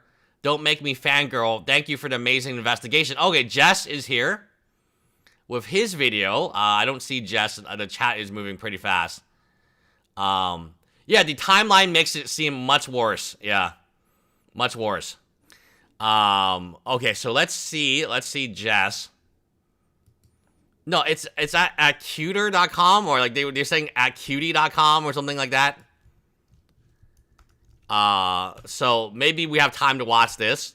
So yeah, I think this is Jess at cuter.com. His video got taken down. I think it's still taken down, but you can watch it on BJC Live. That's what we were going to do. But yeah, his video still got taken down. But I know BJC has it. We were looking into it, like, yeah, Chris reports needs more members. At Cuter, yes, we look at Cuter. But it's still taken down. I don't think it's been re-uploaded. I think the only way that we can find it is I think it's this one, right? This one, yeah. Show this creator some support and all of that. Actually, apparently from the sound of things, you're going to hear it in just a moment. Reckless Ben enlisted the help of this. Yeah, so the only way to see it is if you... Oh, other people have it too. But one way you can see it is... BJC reacts to a large portion of the now taken down. And this is still up. But I just went on at Cuter and I couldn't find it. So... Okay, so we'll continue on here. And this... we're almost done. We have some exciting phone call from Matt McNeff. And then we have some more body camera footage about their family members. Oh, it's in the video tab? And your video tab? I clipped it on videos tab.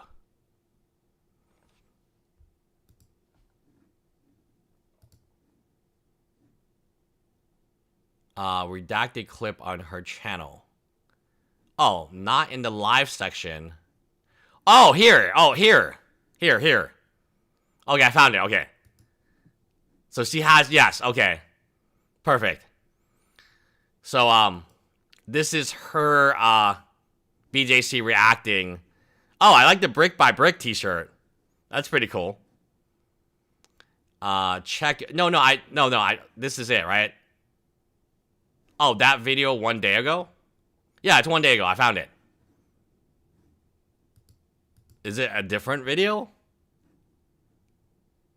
No, I found it. I found it, guys. The following is a live recording hours after Ben's arrest. Definitely with all the evidence and everything, too. Like, as far So as... I guess they're on like... So, what is fortune law? And I'm going in there and I'm just like, whatever. You know, I guess he's a fucking lawyer, a liar, a scam artist. He's a bully, a greedy piece of shit. What else? So we're coming up with... Okay, I just want to be very clear. I'm not saying Josh is a scam artist. Josh is not guilty of a scam until... Okay, interesting. Okay, so I had it, yes. Okay, we'll if we have time, we're going to try to finish the body footage. But if not, we'll tackle it tomorrow. But yes, if you want to watch the deleted video on Josh, it's right here. It's on the video section. And we'll give it a like. What are they trying to hide? Legally mine, reckless Ben, Lego theft. And this was posted a day ago. Advise your guys, just apply for those orders. Because if they show up, they have to stay a certain amount of yards away from his house, right? Yeah. They can't write a message on the sand that's intended for him. It even protects him from these signs. Yeah. So getting the injunction, the stalking injunction. One of the individuals did impersonate a UPS driver and delivered a package to their house. And so they even have like random packages that they were trying to deliver to their houses as well. and that's what I'm saying. A protection order, it helps to solve that problem. Okay. Does that make sense? Yeah. It seems like these are the kind of people that are going to keep violating it. And so if they do, right, it goes... That's why they wanted the protection order so fast. That's why they wanted a protection order so fast, was because they knew it would be really relevant. They're thinking that, yes, go sub to the BJC live show. From Mr. This is an employee, and he is armed. So he has a gun on premise, and he's ready to shoot if necessary. To not gross misdemeanor, but Class A misdemeanor, and then to a felony. Okay. So what they did today, I am going to file for commercial obstruction, which is a Class A misdemeanor right away. Okay. The stalking case is going to have to be followed up on by detectives, right? I think it's a good case, but I don't know all the facts yet. So I can tell you from what I hear so far, it's something that would interest me, right? Okay. Yeah. So, but from there, you know, the trespass thing, you know, we would have to, I'd have to tell him personally that he's trespassed, or you guys would have to inform him of his trespass. Okay. And then we can charge him with that when he violates it. Actively trying to escalate this. Ammon's calling Josh. Just remember. I did let Orem PD, like the dispatch, know that we do intend to trespass him. And so if they do stop again, I'll let him know. Is there a certain way to notify? Is it just say, hey, you've been... Just call 911. Okay, just call us. If he shows back up, call 911. Okay, should we like don't chase him out? Kind of keep him I wouldn't even tell him. I would just call 911. Okay. Have us show up so we can take him to jail. Okay. Oh no, there's kids coming to the Bricks and Minifigs. Do they know that everyone is armed with a shotgun? I wonder if these customers, especially, you know, given that he has a young kid, knows that this is a heavily armed, heavily fortified, with guns, shotguns, handguns. And they are ready to take action as soon as they see Reckless Ben. BJC says, Ammon looks better from this angle. The fist eye elongates to a miraculous degree. Yeah, I agree. These kids better not watch YouTubers, guys. As soon as they mention YouTube, the shotguns have to come out.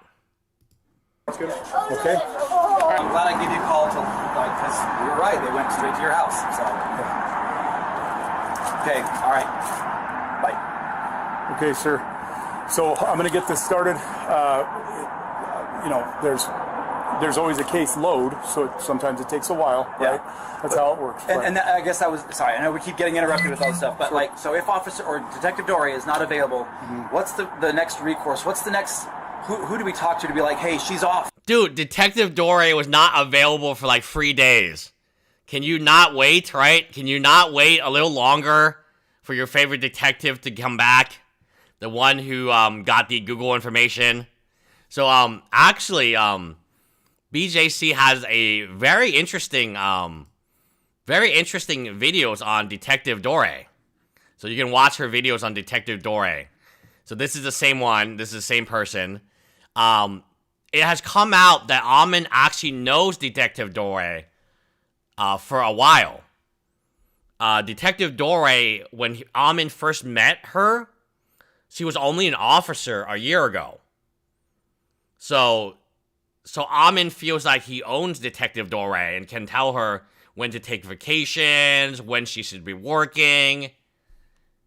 Yeah, pretty interesting stuff. So yes, he knows all the detectives. He knows all the police officers. He's known them even before Reckless Ben.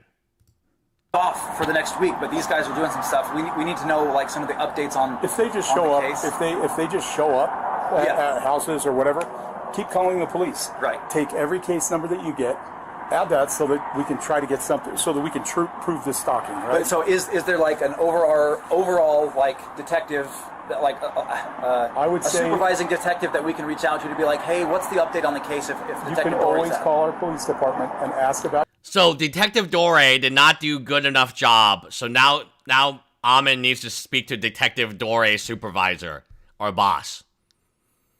Detective Dore didn't do a good enough job lying on her Google warrant that was signed by also a bad judge. Detective Dore, I need to speak to your supervisor. You didn't lie hard enough. Your case, you can always do that. And they weren't as helpful like right before you called? They were just like, we don't know. Well, that's dispatch. That's a different department. Okay. So you want to talk to the records department or the detectives department, right? So when you call the general number for Orem Police Department, it'll give you several options. If you talk to records, it has to be transferred to detectives, or you have this case. You need to have an update. Those types of things. They can help you out that way. Okay. All right. Do you know Matt Barlow with Linden Police? I don't know. Oh, okay. Name dropping like a mofo. Do you know Matt Barlow from Bang Bang Bang Police? Dude, this guy knows all the police by first name basis, guys. Do you know Matt Barlow? This dude is so wow. He knows a lot of police, guys. He knows a lot of police. I know. Sorry about that. No, you're good. I was just gonna say, talking to him, I know Matt, there, but he's obviously with Linden. I was just like, what do we do? And he's given all very good advice and some of the stuff. So Matt, a police from a totally different area, is now advising Ammon on what he should do. I don't know if Ammon knows how bad this looks for him. He's not even related to this area, Orem. He's in another area, but he's spending his time giving a citizen in a different area police advice. All right, Mr. Thank you. Have a great day, okay? Appreciate it, yeah. Sorry about all this stuff. No, you're good. It's crazy.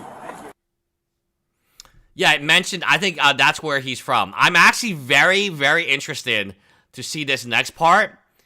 It is a second phone call with Matt McNeff. We don't really know that much about Matt McNeff. We don't know if he's handling things differently. So it's going to be very interesting to see Matt McNeff. I'm very curious to see if he responds to it differently or not. Right. This is Officer Martinez. Yeah. I'm calling about this threatening call. Can you kind of tell me what's going on? I understand that there's a long history, I guess, with the brother's business and stuff they're going through.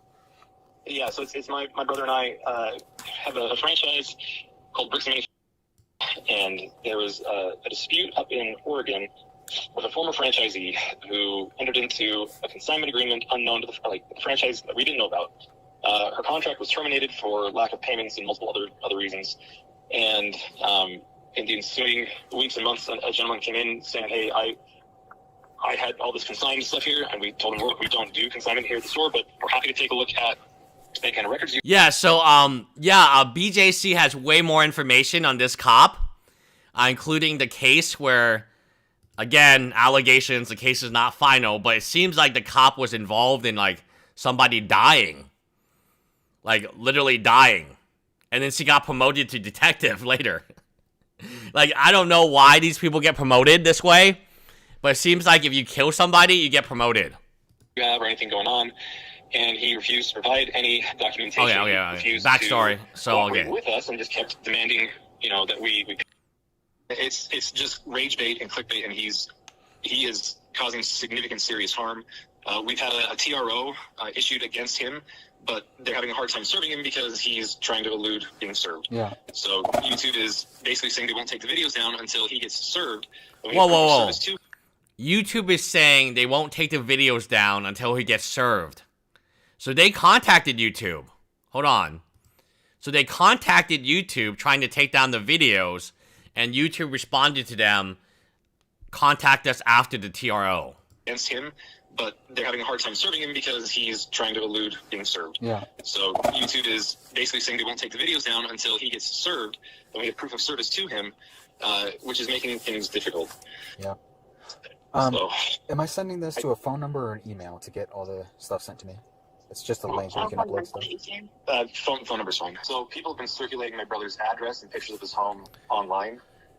I don't know if that needs to be taken more seriously or whatnot, but there's even last night on the American Fork Police channel, their YouTube channel, somebody was posting address information for one of the franchisees who took over the Salem situation, and I flagged that. But people they're starting to share private information. I know our address isn't listed on Facebook, but it's not that hard to find. So it just makes us very nervous where this guy's spewing false information. He's being inflammatory and bombastic. Yeah, so this is after the American Fork Police Department footage has been released. And we know that because he's talking about he's talking about this video here. He's talking about this video here. It's their only video. So this video has been released. Yeah, shout out to GastroCast. This is a very interesting it's a very interesting dynamic. I kind of like it. It's like two people talking, and yeah, so I've been listening to their podcasts recently as well. So this is after this has been released. That's when Matt has called.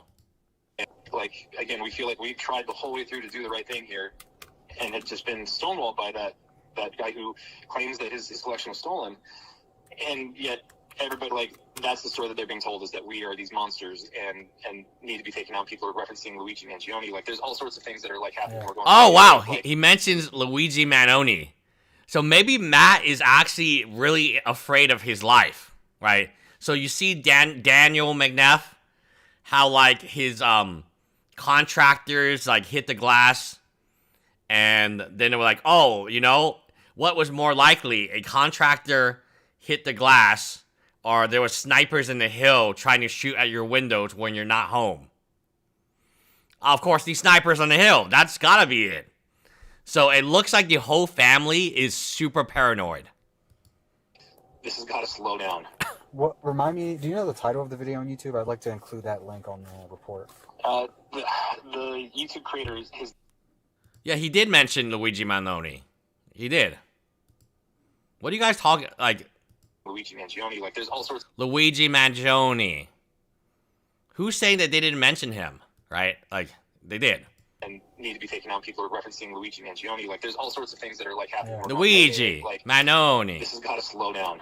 What? Remind me, do you know the title of the video on YouTube? I'd like to include that link on the report. The YouTube creator is his... The police are gonna... Sorry, just... Oh, are you talking about the American... That's his wife in the background. That's his wife. So his wife might be concerned as well. Fort Police Department also did their video. Which one are you talking about, though? I guess. This... Oh, I see his channel 2 hours ago. I'm looking for that documentary he said that he just released. He released it it was Thursday of last week. On that kind of made the consignment complaint, correct? He was threatening us this morning. The one who made the consignment complaint. What's going on here? Why is it muted? Salem, Oregon. Oh, wow. Do you guys have all of his information throughout all this, or? Yeah, I can get you. I have his address. I don't know if I have his phone number. Do you have an ID or birthday as well, or? Yeah, I've got his driver's license. I'll take that when you get it. Yeah, I'll get you a screenshot of that. I think maybe this is when the police realize that they have released the unredacted footage, right? So the police officer is watching it, and he's like, "Wait, currently circulating. Why is there like a bunch of unredacted footage here?" So the police officer, I think, is watching this video, and then probably realizes, like, you know, in real time, because it was taken down pretty quickly.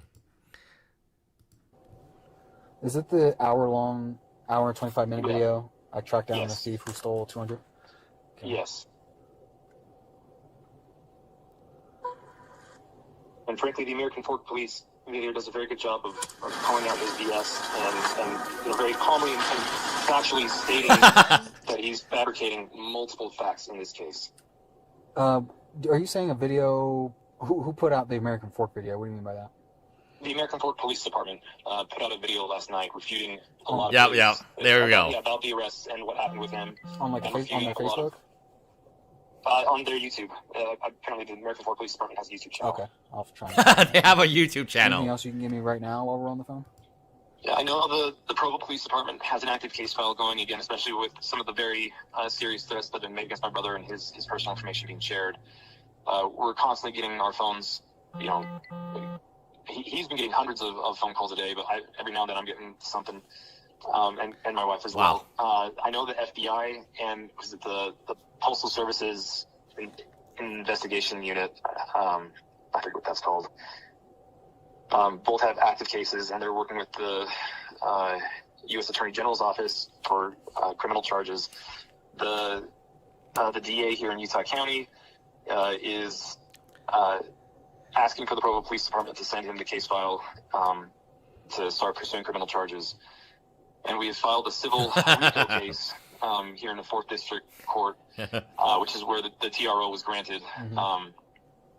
And that's because there's evidence that we've provided to the court, and that they've frankly recorded for themselves where they're paying people to harass and to commit crimes and to do all sorts of things. So okay, so they're paying people to commit, like, do you know who they're paying? Do you know what person has, like, look, I mean, it's actually kind of disturbing, like, how bad Spineless Ben screwed them over. So, let me play you another video after this. Like, so he's saying they're paying people to harass. That can only mean one person. Recorded for themselves where they're paying people to harass and to... Yes, they're paying people. The reason that they believe they're getting paid to harass is because of this guy here. Would you mind, they said that you were recording your house. Would you mind pulling up your pictures and then going to the bottom? Yeah, going to the bottom. Yeah, and just showing me your most recent. Yeah. So, let's see. I do have a picture of the house, but not specifically, like, for that, just a cool house. I explore abandoned places. So what Reckless Ben, Sheldon, Tyler, none of them know, and we talked to Tyler and Sheldon about this, is this interaction. Sheldon and Tyler both have said Ben volunteered, he was never paid. So the police have evidence that Ben, Sheldon, and I've actually said this many times. I've asked Ben and I've asked Sheldon and Tyler that if they had known what the actual so this guy lies about being paid. He turns over his phone, shows private messages between him and Ben. And then when the police is like, oh, we have all this evidence, they don't know where the evidence came from, and they're thinking the police is lying to them, but they actually do have evidence. But they never know about it because afterwards, this guy drives back and says the police confronted me. I said I was going on a date and I just left for home. I left back for HQ. So from Ben, Sheldon, and Tyler's perspective, Reckless Ben's perspective, there wasn't anything to be alarmed about. There was no evidence that could be used against them. But the police literally have screenshots, videos. They caught his phone multiple times. And listen to places and stuff. This. So I take a lot of cool aesthetic shots. If that seems off, let me see. Okay, so you're lying to me. About what? Why are you recording him? I don't know. I'm sorry. Okay, so tell me what it's about. So with the YouTuber Reckless Ben, he invited like all these people kind of out. Ben has some contract signed with him, I guess. And Ben said he's going to get a warrant out for his arrest or whatever. So I'm just getting paid to film stuff. I'm literally and that turns out to be false. So then the police have this whole narrative about Ben paying people to harass Joss, which is not true. And Sheldon gets really, really angry. But they have evidence. The problem is he lied about certain things to make Ben look worse. One of them being, oh, I got paid to harass. And so, like, this guy, like, he's provided the police with, again, I wouldn't say it's probable cause, right? I would not say that. But there is evidence against Ben. It all comes from this Ben. Remember, because then they're like, oh, Sheldon, and Sheldon's thinking, oh, well, who would have, we're all here. So they all get arrested minus Ben. This Ben. Right? They all get right. So this Ben is like, oh, maybe I shouldn't go back to the home today. Think about what happens later. Sheldon gets arrested. Then they arrest Tyler, Reckless Ben, Sierra, and Tyler's friend, and then a minor. You know who was missing from that place? This Ben. because he realized, oh shit, the police are going to try to arrest us. But he didn't tell anyone about this. And I think the worst part is he didn't tell anyone about the interaction. He went back and they asked him, oh, did the police pull you over? What did they say? He just said, oh, I was going on a date. And I left. So again, afterwards, he was not arrested. Let me repeat this again. Everyone else was arrested. Sheldon, Tyler's friend who was only visiting, Sierra, there was a minor, Reckless Ben. The only person who's not been arrested in this whole Utah scenario is this guy. Right? No, I'm not joking. It's this guy. So where are they getting all this evidence from? Like, where did they get this evidence from that he's paying people to harass? It was Spineless Ben. Because there's evidence that we've provided to the court, and that they've frankly recorded for themselves, where they're paying people to harass and to commit crimes, and they're paying people to harass, commit crimes. That's Spineless Ben. To do all sorts of things. So that's why the RICO side of it came in. Yeah. Oh, that's the RICO side. The RICO side is Reckless Ben. It is. Matt just said the RICO side is not Reckless Ben, Spineless Ben. Right? Like, think about what Matt just said.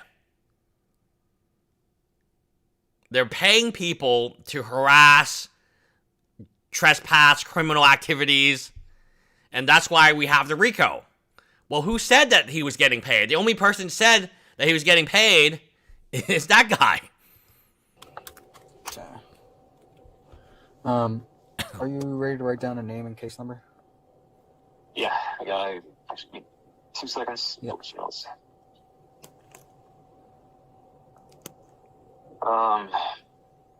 Okay, go ahead. So this case number is going to be 26OR, like Orem, and then 10664.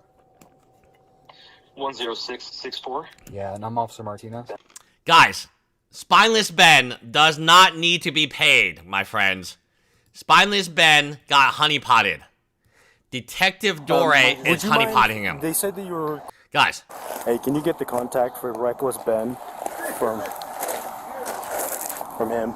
This is the start of me and Reckless's Ben's text if you want to just read. Yeah. How you doing today, sir? Good, how you doing? Good. I'm Ben, by the way. What's that? I'm Ben. Ben? Yeah, not the You're not original Reckless Ben? No, I'm just another Ben that actually lives in Utah. Yeah, so I'm not. Dude, this guy does not need to be paid. The police will find out. It's very easy to honey trap him. And then in his most recent video, he also got honey trapped.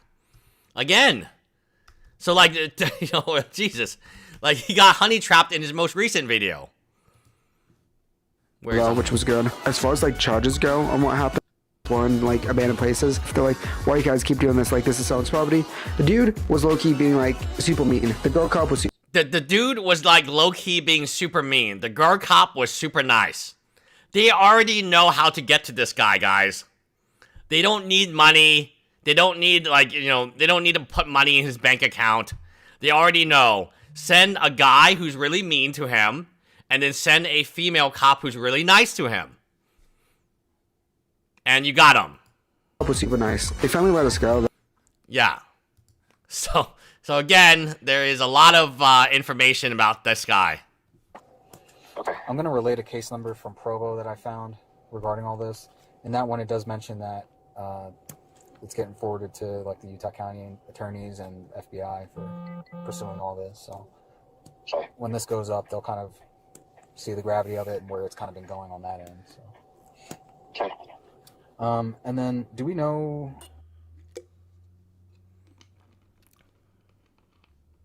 Okay. So I have him.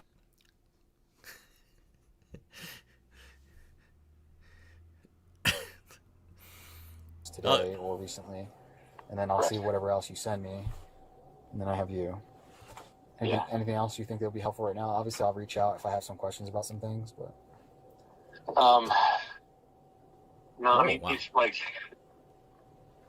I'm happy to provide any kind of evidence you guys need. If you need more information or details on, like, our side of communications to Mansell, where we've been making offers, like, to try to help, like, solve this from the get-go, like, I'm happy to provide anything you guys need from that side. It just feels to me like this has not been about the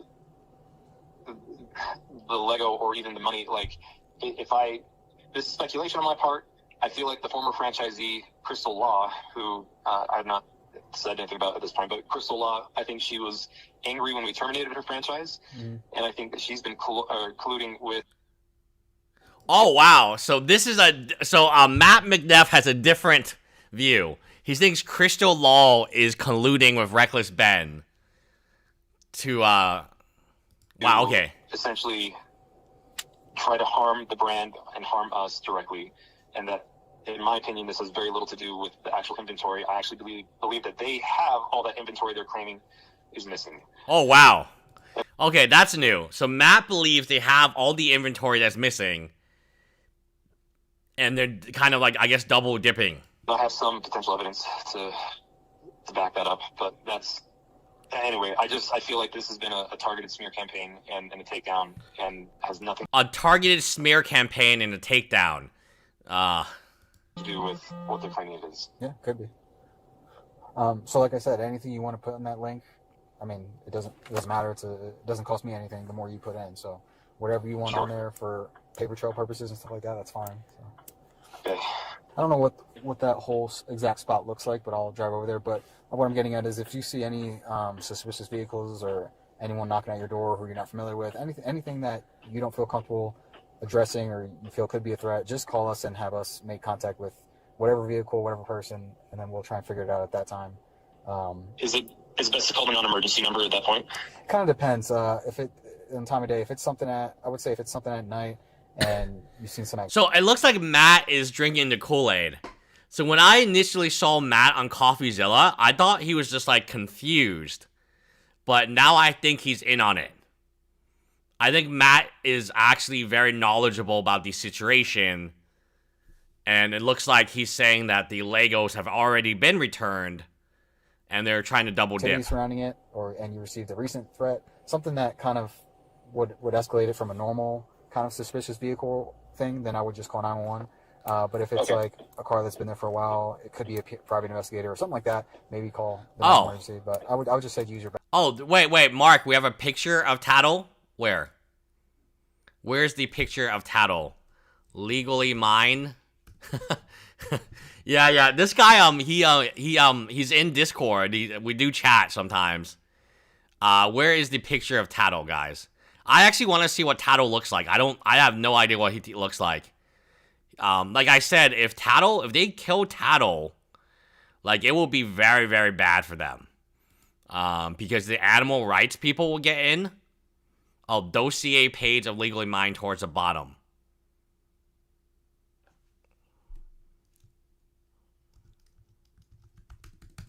Okay, dossier. Okay, it's dossier. I don't see.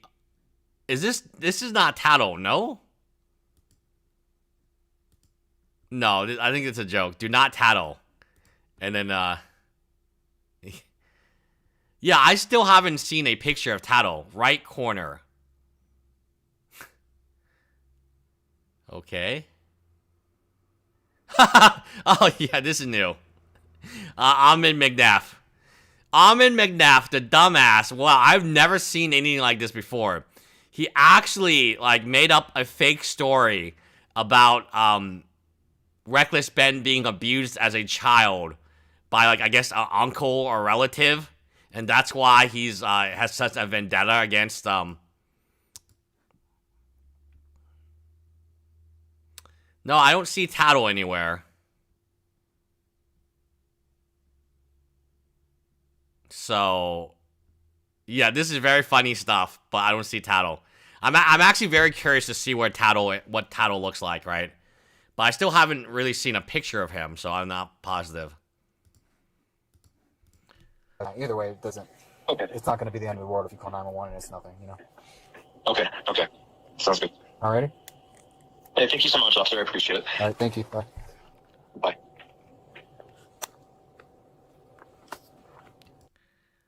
But that's not tattle. That's an animation, no? Okay, so we'll go on here. He has two more he actually has 3 more body cam footages. Okay, let's take a look. We'll speed through this. Okay, it looks like we can go past this pretty fast. Looks like it's a 30-second buffer.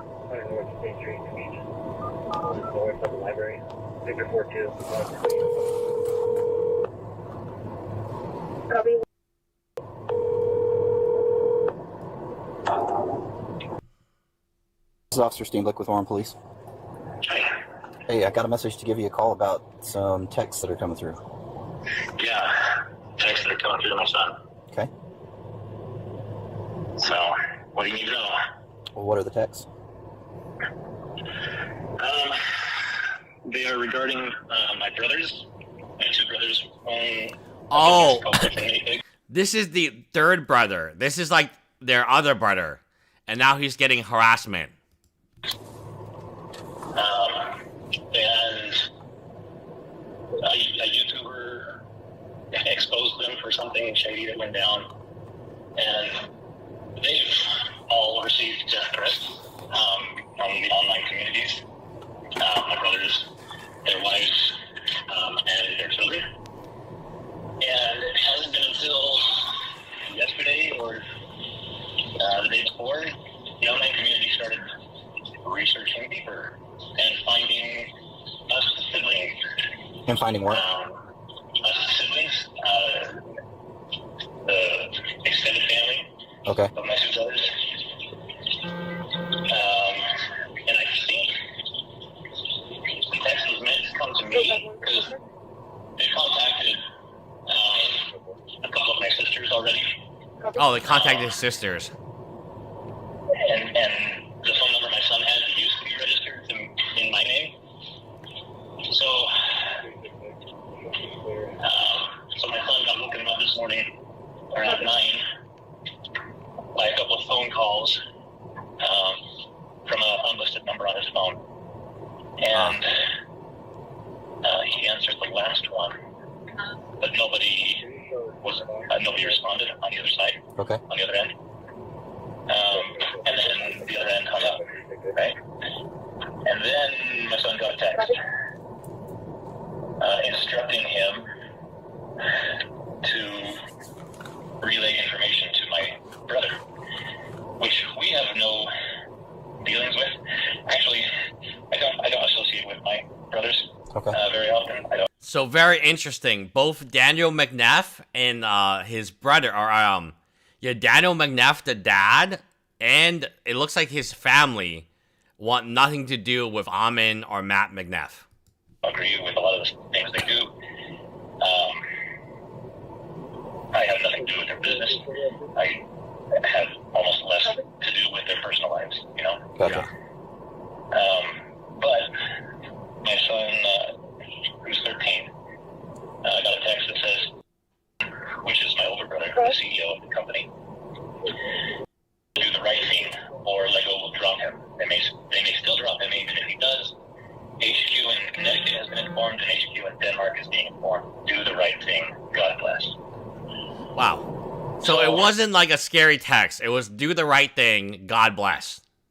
I'm concerned that we're going to start getting these death threats that my brother and my brothers and their families have already been getting. This is a far cry from a death threat, but it was instructing my 13-year-old son to do things that he's got no idea, you know, what they're about. Sure. And I know I can't control the online community. I can't mitigate my brother's business or. It really does sound like the rest of the family, the rest of the McNeffs, want nothing to do with Ammon. So it's a very interesting family structure. Their dad hates Ammon specifically. Ammon and Matt, it looks like they're like the two that stuck together. But even this brother seems like pissed off, like he's being... And he said that he has nothing to do with the business, which is true, legally. And he has nothing to do with their personal lives. Whatever they're doing. But when my kids are getting unsolicited texts and phone calls, that's where my concern comes from. Sure. So I asked who is my younger brother, who is the chief operations. Oh, this is the middle brother. Ammon is older than him, and then he's the younger brother is Matt. Something COO, whatever that stands for. Of Bricks and Minifigs. I asked him what to do, and he said, "Well, call the Provo police because they've already got a open case regarding this." So okay, it looks like he has a relationship with Matt, but he doesn't have a relationship with Ammon. So it's very interesting. So like when he didn't know what to do, he called Matt, and Matt said there was already a pending investigation in Provo City. That's what I did. Okay. Do you live in Orem or are you in Provo? I live in Orem. Okay, so this is, Orem Police Department, so it's going to be reported where you live. But as you said, there's no threat, right? It's just pretty ambiguous. Like, I don't know. And I don't know any of the situation that's going on, nor do I really need to. But what I can do is document what you've told me. I can look at that phone number and see if it comes back to anything, but where you said it was like what did you say it was? It was just a unverified number or something? It was, unverified number in his phone. I mean, it wasn't registered to anyone that he knew, if that makes sense. Oh, okay. So it came through as the phone number, but it wasn't blocked or anything? Right. Okay. And I've got the phone number, if you need that. Yeah, I've got it here in my notes.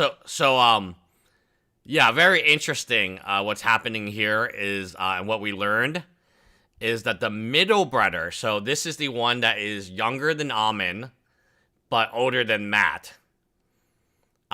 He doesn't want anything to do with Ammon. He doesn't want anything personally to do with the business or anything like that, right?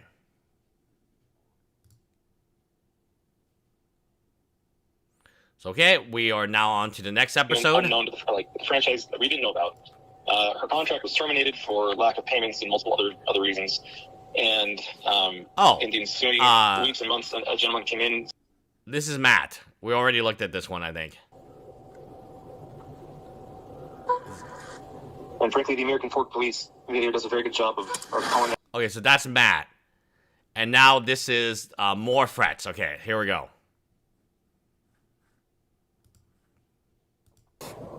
Reference 26OR10664 for a follow-up.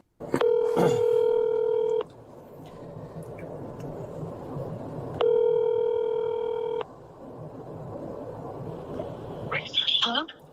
There's also Martinez. Called back again. I said the comment that I see on the call is that there's been a text thread that was sent out now. Yeah, there was a text thread sent to his sister and his brother. Has the case in Provo, and then his sister lives just around the corner from us. Okay. An officer told me that she called in and he told her to upload things to the same link. I don't know how accurate or how well that's going to work. Do you have her full name? Yeah. It's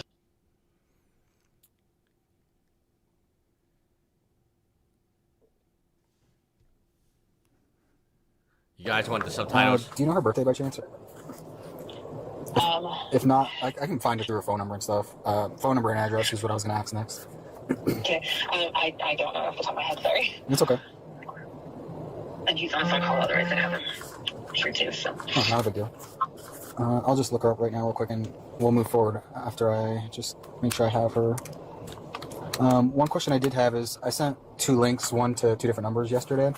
I only received one upload, and it was from some email. I was under the impression there was going to be quite a few things. Do you know if that was it for right now, or you guys didn't get around to it yet, or? No, I hadn't until about an hour ago, and then I sent mine in. Oh, let me check my so email. hopefully you got that. If not, I can resend. Oh, I see. 15 things. Sorry, I didn't check the emails yet. No, you're okay. Okay, so that is around the corner, roughly from you. Mm-hmm. Yeah. And that's what generated this call that we're on right now. You guys wanted me to have this information about hers? Yeah, she called in and they said to have it put onto ours since it was active. I don't know exactly how that all works, but so that's why we called in. Yeah, I'm probably just gonna, since she's at a different house, who knows what'll go on. Yeah, so Ben never told you to call Ammon or what's his name, Matt, or even these people, these side characters. It's very hard for Ben to have any control over people who do this. I personally don't think that these side characters, these sisters, I'm pretty sure this is a sister, or the other brother, they seem truly to want nothing to do with Ammon McNeff. They don't care what type of scheme or shady activities he's doing. They just have had enough. So for whatever reason, Ammon McNeff has been really cut off by the family. Now his dad, he sued his dad and his dad sued him. That's not a normal type of family, you know, that sue each other, right? So it's a very weird dynamic between Daniel McNeff and then Ammon. Ammon's middle name is Daniel. So I believe the dad when he says, hey, I don't have any contact with them. I don't like them. My idiot sons. I believe that because just of how like he's talking about it and just like very casually dropping that they're idiot sons. And I believe this other son, he probably does not want anything to do with them. It's quite possible that Ammon and Matt have done other activities together. The only people in that Facebook thing was Ammon and Matt. You notice there's no other brothers, right? There's no sister. It's just these two guys. I'm not joking. It's just these two guys. That's Matt, and that's Ammon. So there's no mom helping. There's no dad helping. There's no brother helping. It's just these two guys. Obviously, they've kind of chosen to go at some people more than others, let's say, or be more persistent in different manners. Like if they leave you guys alone, I don't want to have her on the same case with a bunch of problems going on with her. I'll just open up a different case, but they'll be related anyway. It's not a big deal. Okay. So what I'll do is I'll give her a call or go to her to get all that info. What's the kind of logging in to see what you uploaded to kind of go through that? If I have any questions about anything. Okay. That's not the one I was looking for. Okay, so it looks like there were, and it's it looks like she has an automatic thing that says, sorry, I can't talk right now. And it's the guy said, is this, sorry, I can't talk right now. What you did, hey, piece of shit. And good morning to you. He goes, that's, and so that was sent between yesterday and today, 2 different groupings of texts. And then I just want to clarify, your husband is like co-owner of that business? He's the COO. And, okay, this is actually the wife of Matt. Okay, I thought it was a sister of Matt, but it's actually the wife of Matt. So it's his wife calling the police, saying that he's getting this type of hate. The CEO. They do have some partial ownership, but they run it. So. What is to the business? That is their sister. That is it. Oh, She's wow. not related to the business. Okay, so they are, yeah, that is the sister. So this, currently it is Matt McNeff's wife. And one of the messages that they're distraught over was to Matt and Ammon's sister. Okay. That's crazy. So I'm just going through some of these things. I just want to look at all these real quick and then I'll get some questions from you. Yeah.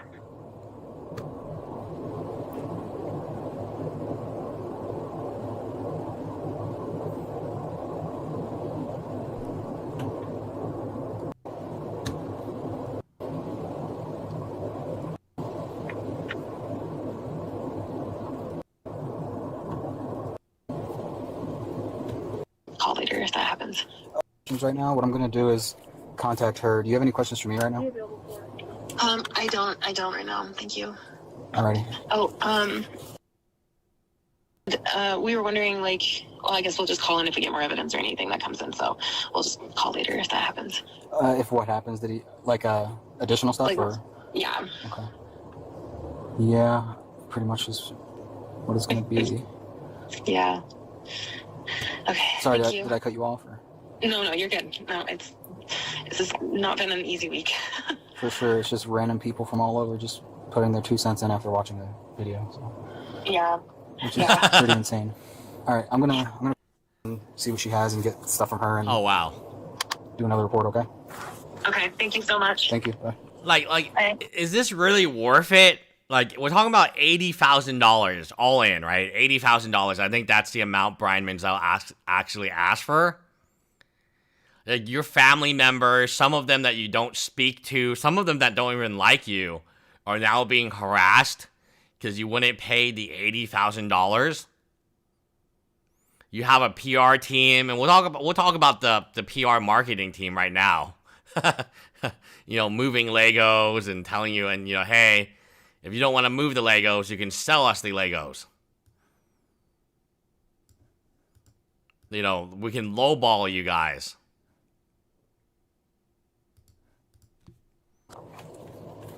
Okay, where was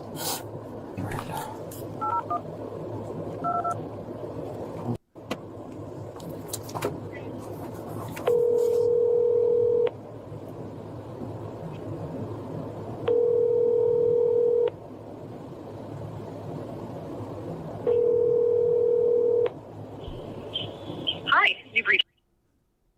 The days are cold, but we're not froze. We're simply just not here. But please don't despair.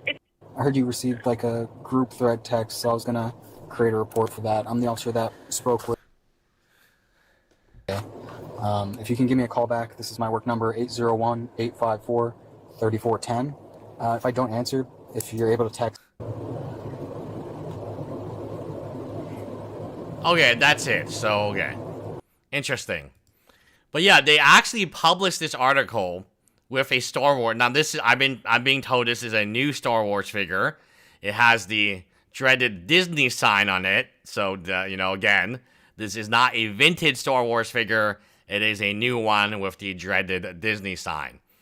And they talk about moving Legos and, you know, how to move a massive collection of Legos. They tell you how to wrap stuff, minifigs, and if you don't want to do any of this stuff, you can just take them in and they'll give you cash for them. I thought this was quite distasteful. I think whoever is making these is like, you know, like marketing team means like nobody wants to be associated with this post. So typically when you have an article, you have like a name to it. Like, who is the marketing team? Is it a third party or is it somebody in-house? What I found very strange, I own a marketing agency, and I still may own a marketing agency soon enough, is that the marketing team, again, the only reason that you would say marketing team is you don't really want to be associated with this brand. So if you are a third-party marketing agency, often you do want your name here or somewhere in the article because then more people can look at it, more people can hire you. It's a good sign, right, that you are in the article with this many franchisees, that you're the one who wrote the article for search engine optimization purposes. Now, what is very bizarre is there is no agency name. That is weird to me. Okay, so I was watching this video. This is from Total AFOL, a new channel that I haven't seen. It actually is an exclusive interview with the Bricks and Minifigs manager. And I believe she knows Reed Brimhall. So this would be an excellent video for BJC to go over. Yeah, that's the key. So Well, yeah, and- it's going to be interesting. Well, and they're trying to have it both ways, in my opinion. Like, margin is 20%, you're losing that whole thing on shipping. Yes, that's what I'm saying. They're not making it. Because you can't get it on time? Exactly. But the sheer undertaking, the logistics is one thing. But when you look at how much it's going to cost, warehouse, forklift, manpower, sheer manpower, the sheer volume of Lego that has to go into those stores immediately has to be pallets, truckloads. So you have to bring those truckloads off the truck. You have to be proactive. I'm seeing the truck. Okay, BJC has covered this dude. Okay, good. Knocked it out of the park. We didn't have an issue on. You know, there was a couple things that we needed to fix, but the pressure of it being Reed's store and being a corporate store and oh, Reed store, corporate store. Okay, very interesting. Now we're getting to the interesting part. The pressure of we can maybe watch this tomorrow. Good idea, Alex. We can watch this tomorrow. Well, why don't we timestamp it? It is 2 hours. Let's see what else he posted. Oh, Mormon Mafia front. Who really owns? Oh. Bricks and Minifigs. So yeah, he's covered it. This is very interesting to me. So he's saying that this is the former manager of a corporate store owned by Reed Brimhall, who may or may not own Bricks and Minifigs. Okay, very good. Very good.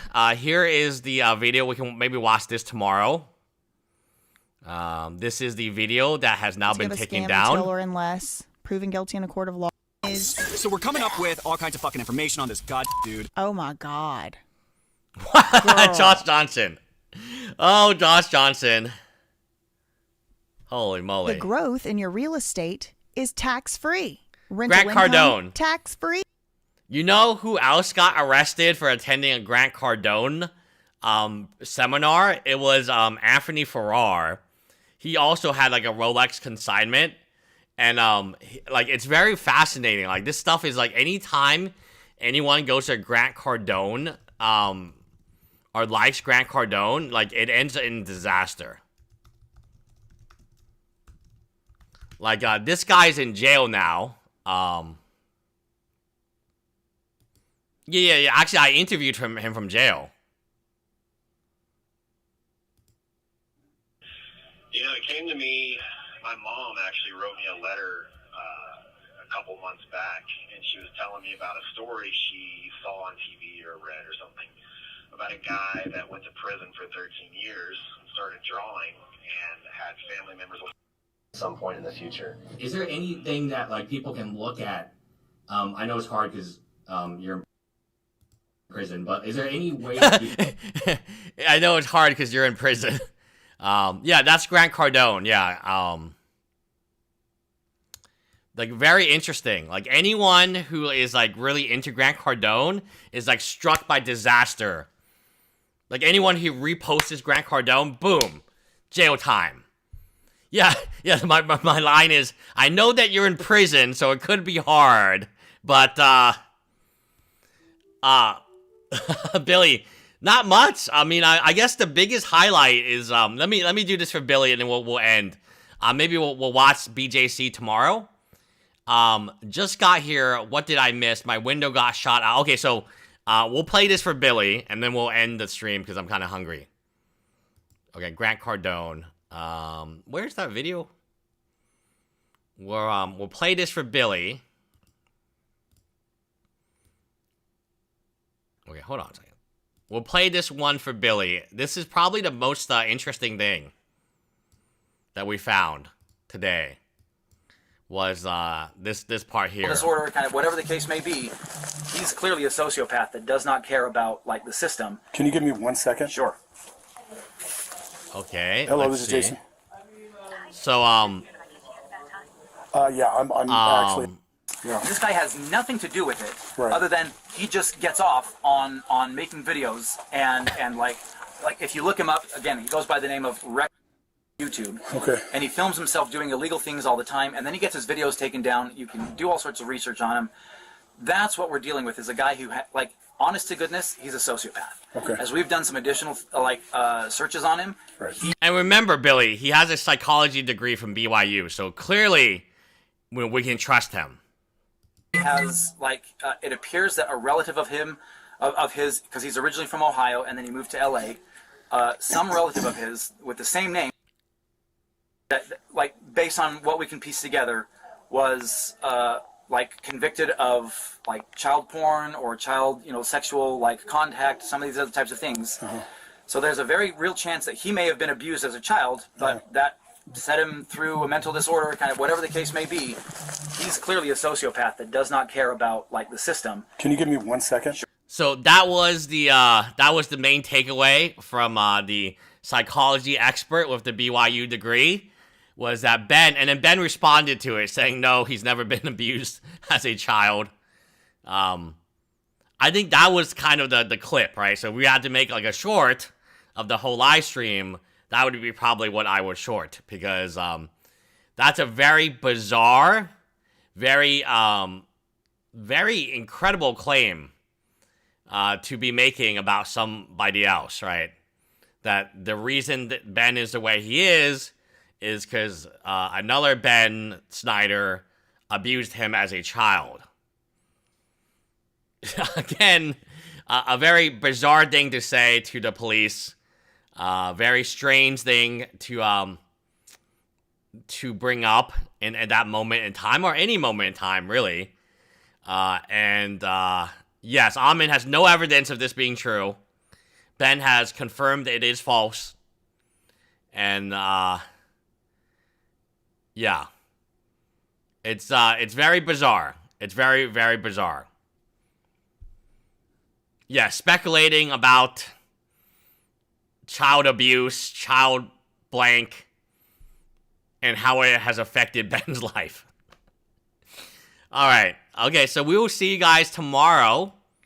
And we'll catch you guys later tomorrow, guys. But I think that's the main takeaway, is like, you cannot believe anything Ammon McNeff is saying, because Ammon McNeff has no idea what he's doing most of the times. Not to excuse his behavior, but he has said some incredibly, incredibly bizarre things today. Anyway, I will catch you guys later. Bye, guys.